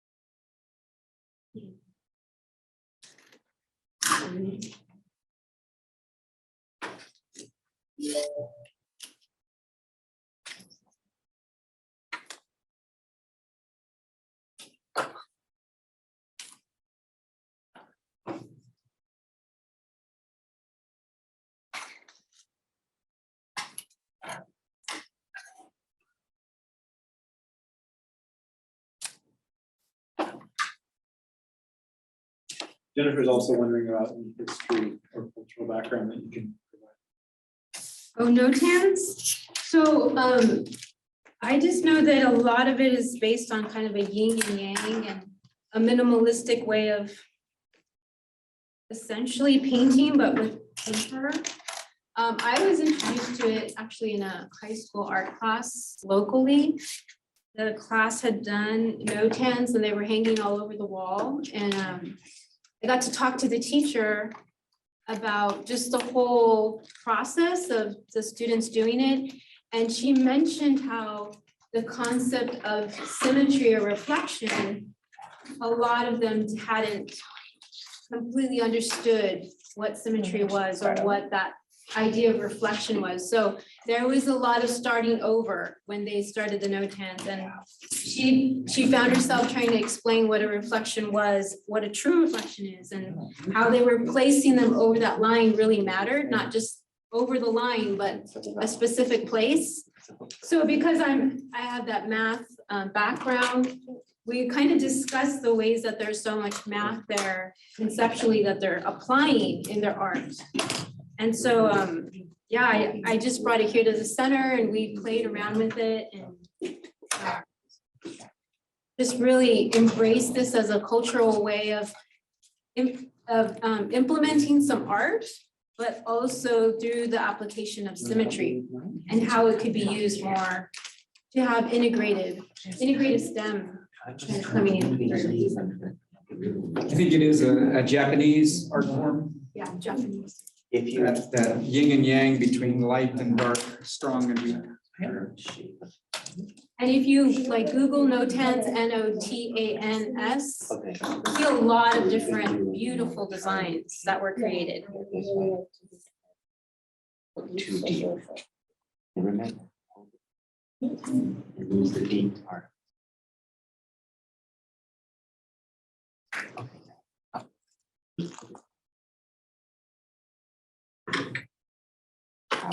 Well,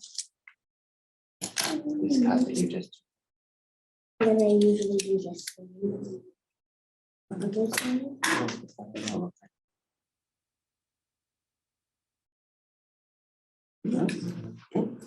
And then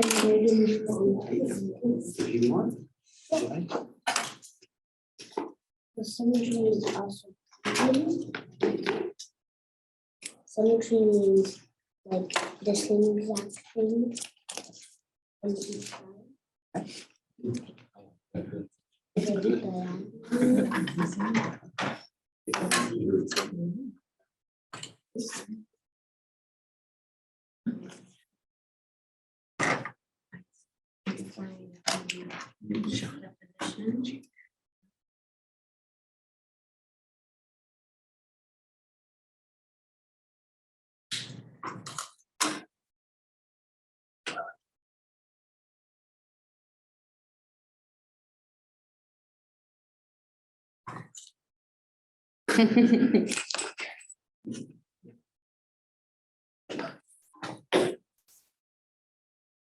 Still some space on the Miro board for putting some pictures.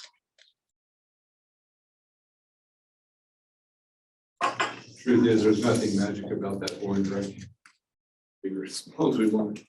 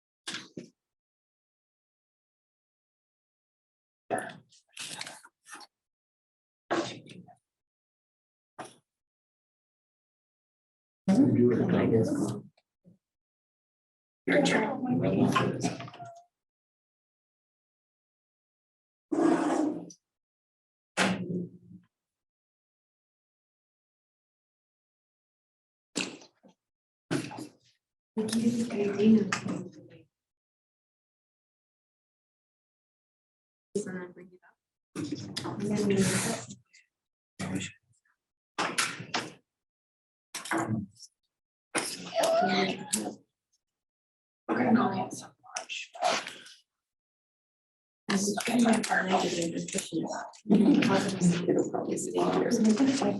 That's also what these days.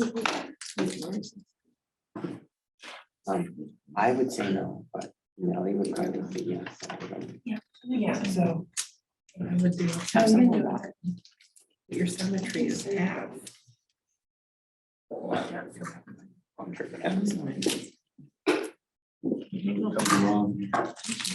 I'm not with you.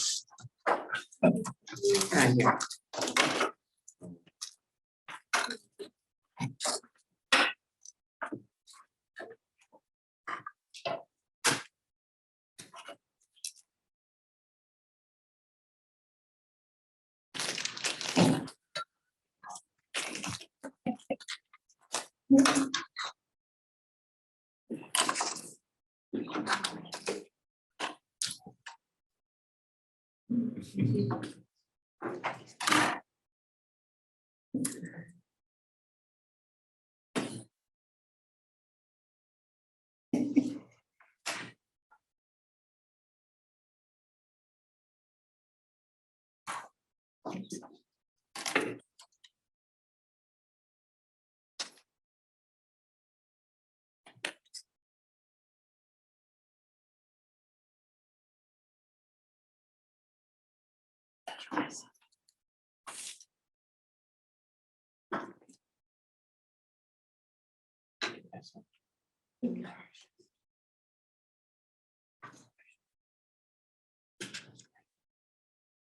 starting to see some fun pictures.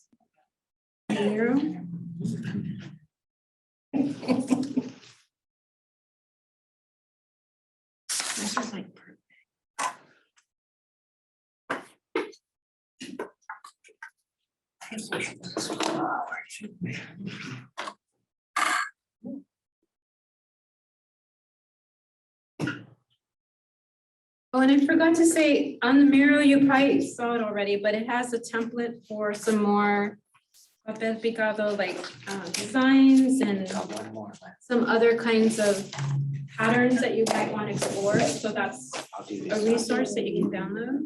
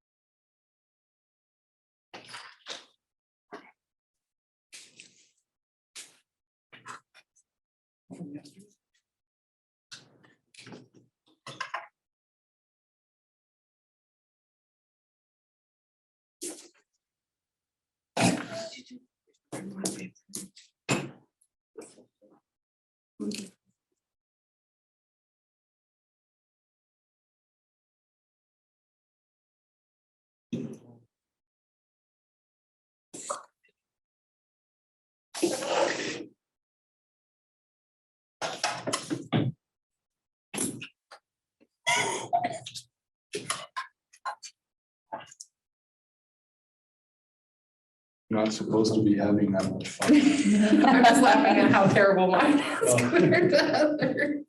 Like I shouldn't have left. No.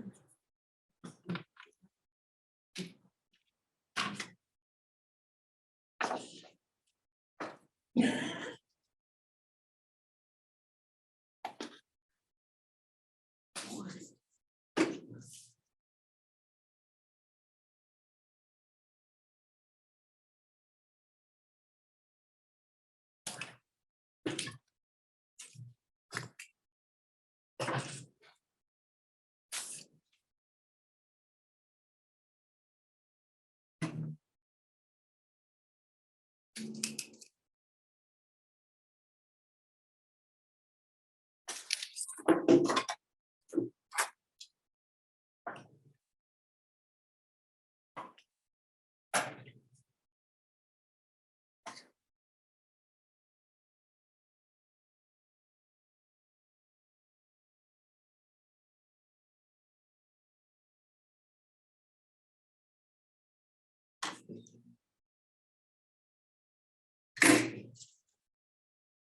can certainly do that.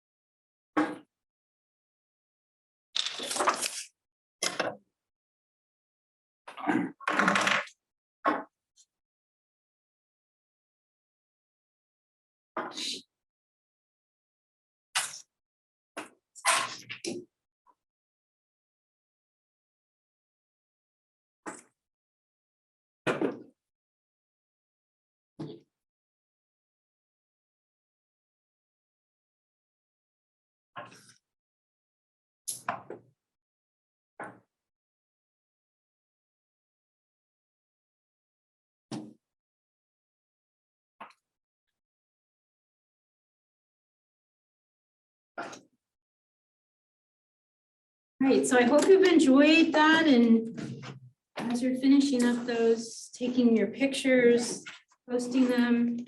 I think that art is something that takes our mental energy and our creativity, but also is therapeutic. It feels good to make something. It feels good to be making something that reflects who we are as a maker, and we can be proud of what we make. I think that that is definitely worth passing to our students too.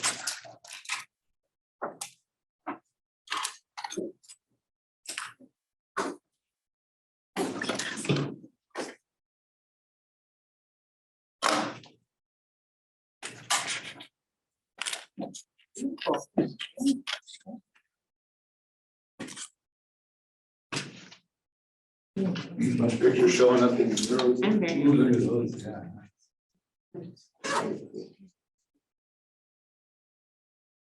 Wow.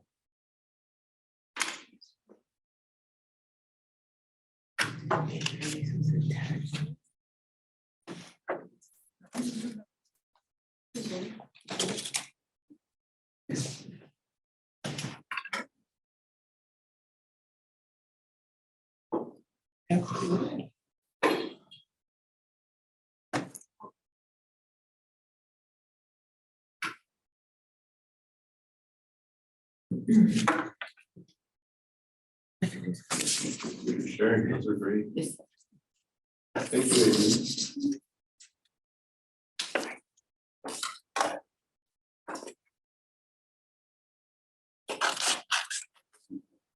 Something I started wondering about, I asked Aileen, and,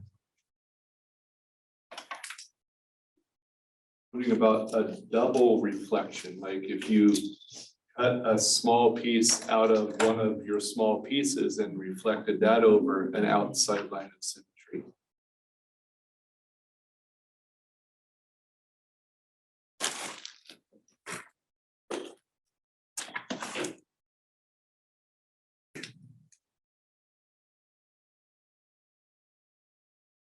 Really nice.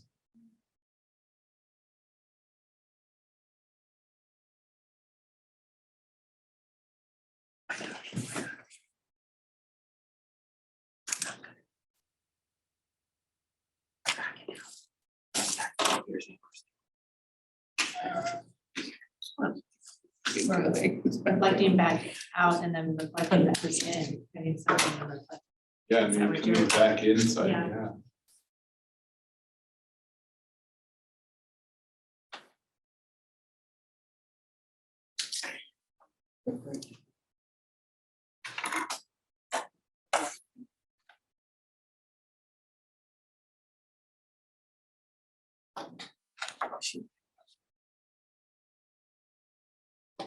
We're kind of coming close to the end of our time together. I want to jump back to these big ideas, and especially these three things, and there's some handouts on your tables. For those of you who are educators, there's three approaches to maker-centered learning, or three approaches to a project or some kind of making activity that you can think about. The first is tinkering to discover. The second is making to learn. And the third is an application project. Tinkering to discover is really where you're just kind of playing with something like, what's going to happen? We don't even know. Let's just kind of try some things. You might think of some of the early reflection activities we did this morning as kind of tinkering to discover, like, what does it really look like to play with the alphabet and reflect and see what happens? Or maybe even the hole punch puzzles, like this, just kind of play around and see what we get. Making to learn is a little bit more intentional making, but it's still in the learning kind of process. And then the application project is, hey, we've tinkered, we've discovered some things, we've now maybe made some things and learned a little bit more. And now we want to take what we know and apply it to something we're making. You might think of the Papel Picado as an application project kind of thing. Especially now that you've actually made a Papel Picado, what if you made another one and were more intentional about applying what you know about symmetry and what you know about where those cuts are going to show up? So those three forms are, like I said, they are on your tables. They're also on the Miro board and downloadable. They're right in the center. And the reason those are in the center is because we're going to keep coming back to those big ideas through all four of the play shops. So those are really central ideas to what we're doing.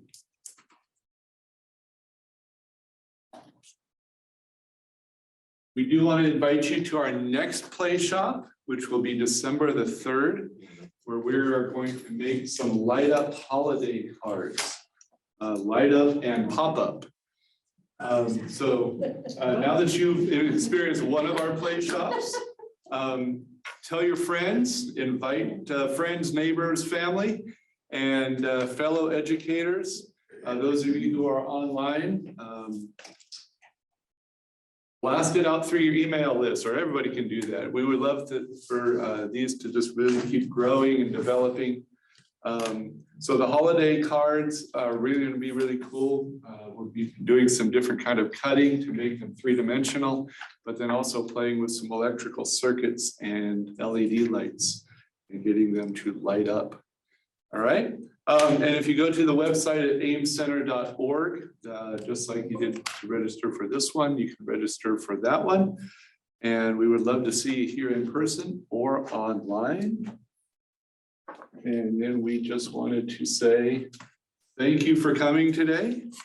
It's been a pleasure just playing with different things and making together. Thank you, Steve and Aileen and Elin, for leading us through those activities. And you do not have to leave. There's more bagels and there's more coffee. And if you want to stay online and chat, you guys are welcome to stay online. But thanks again for coming today. It's been a pleasure.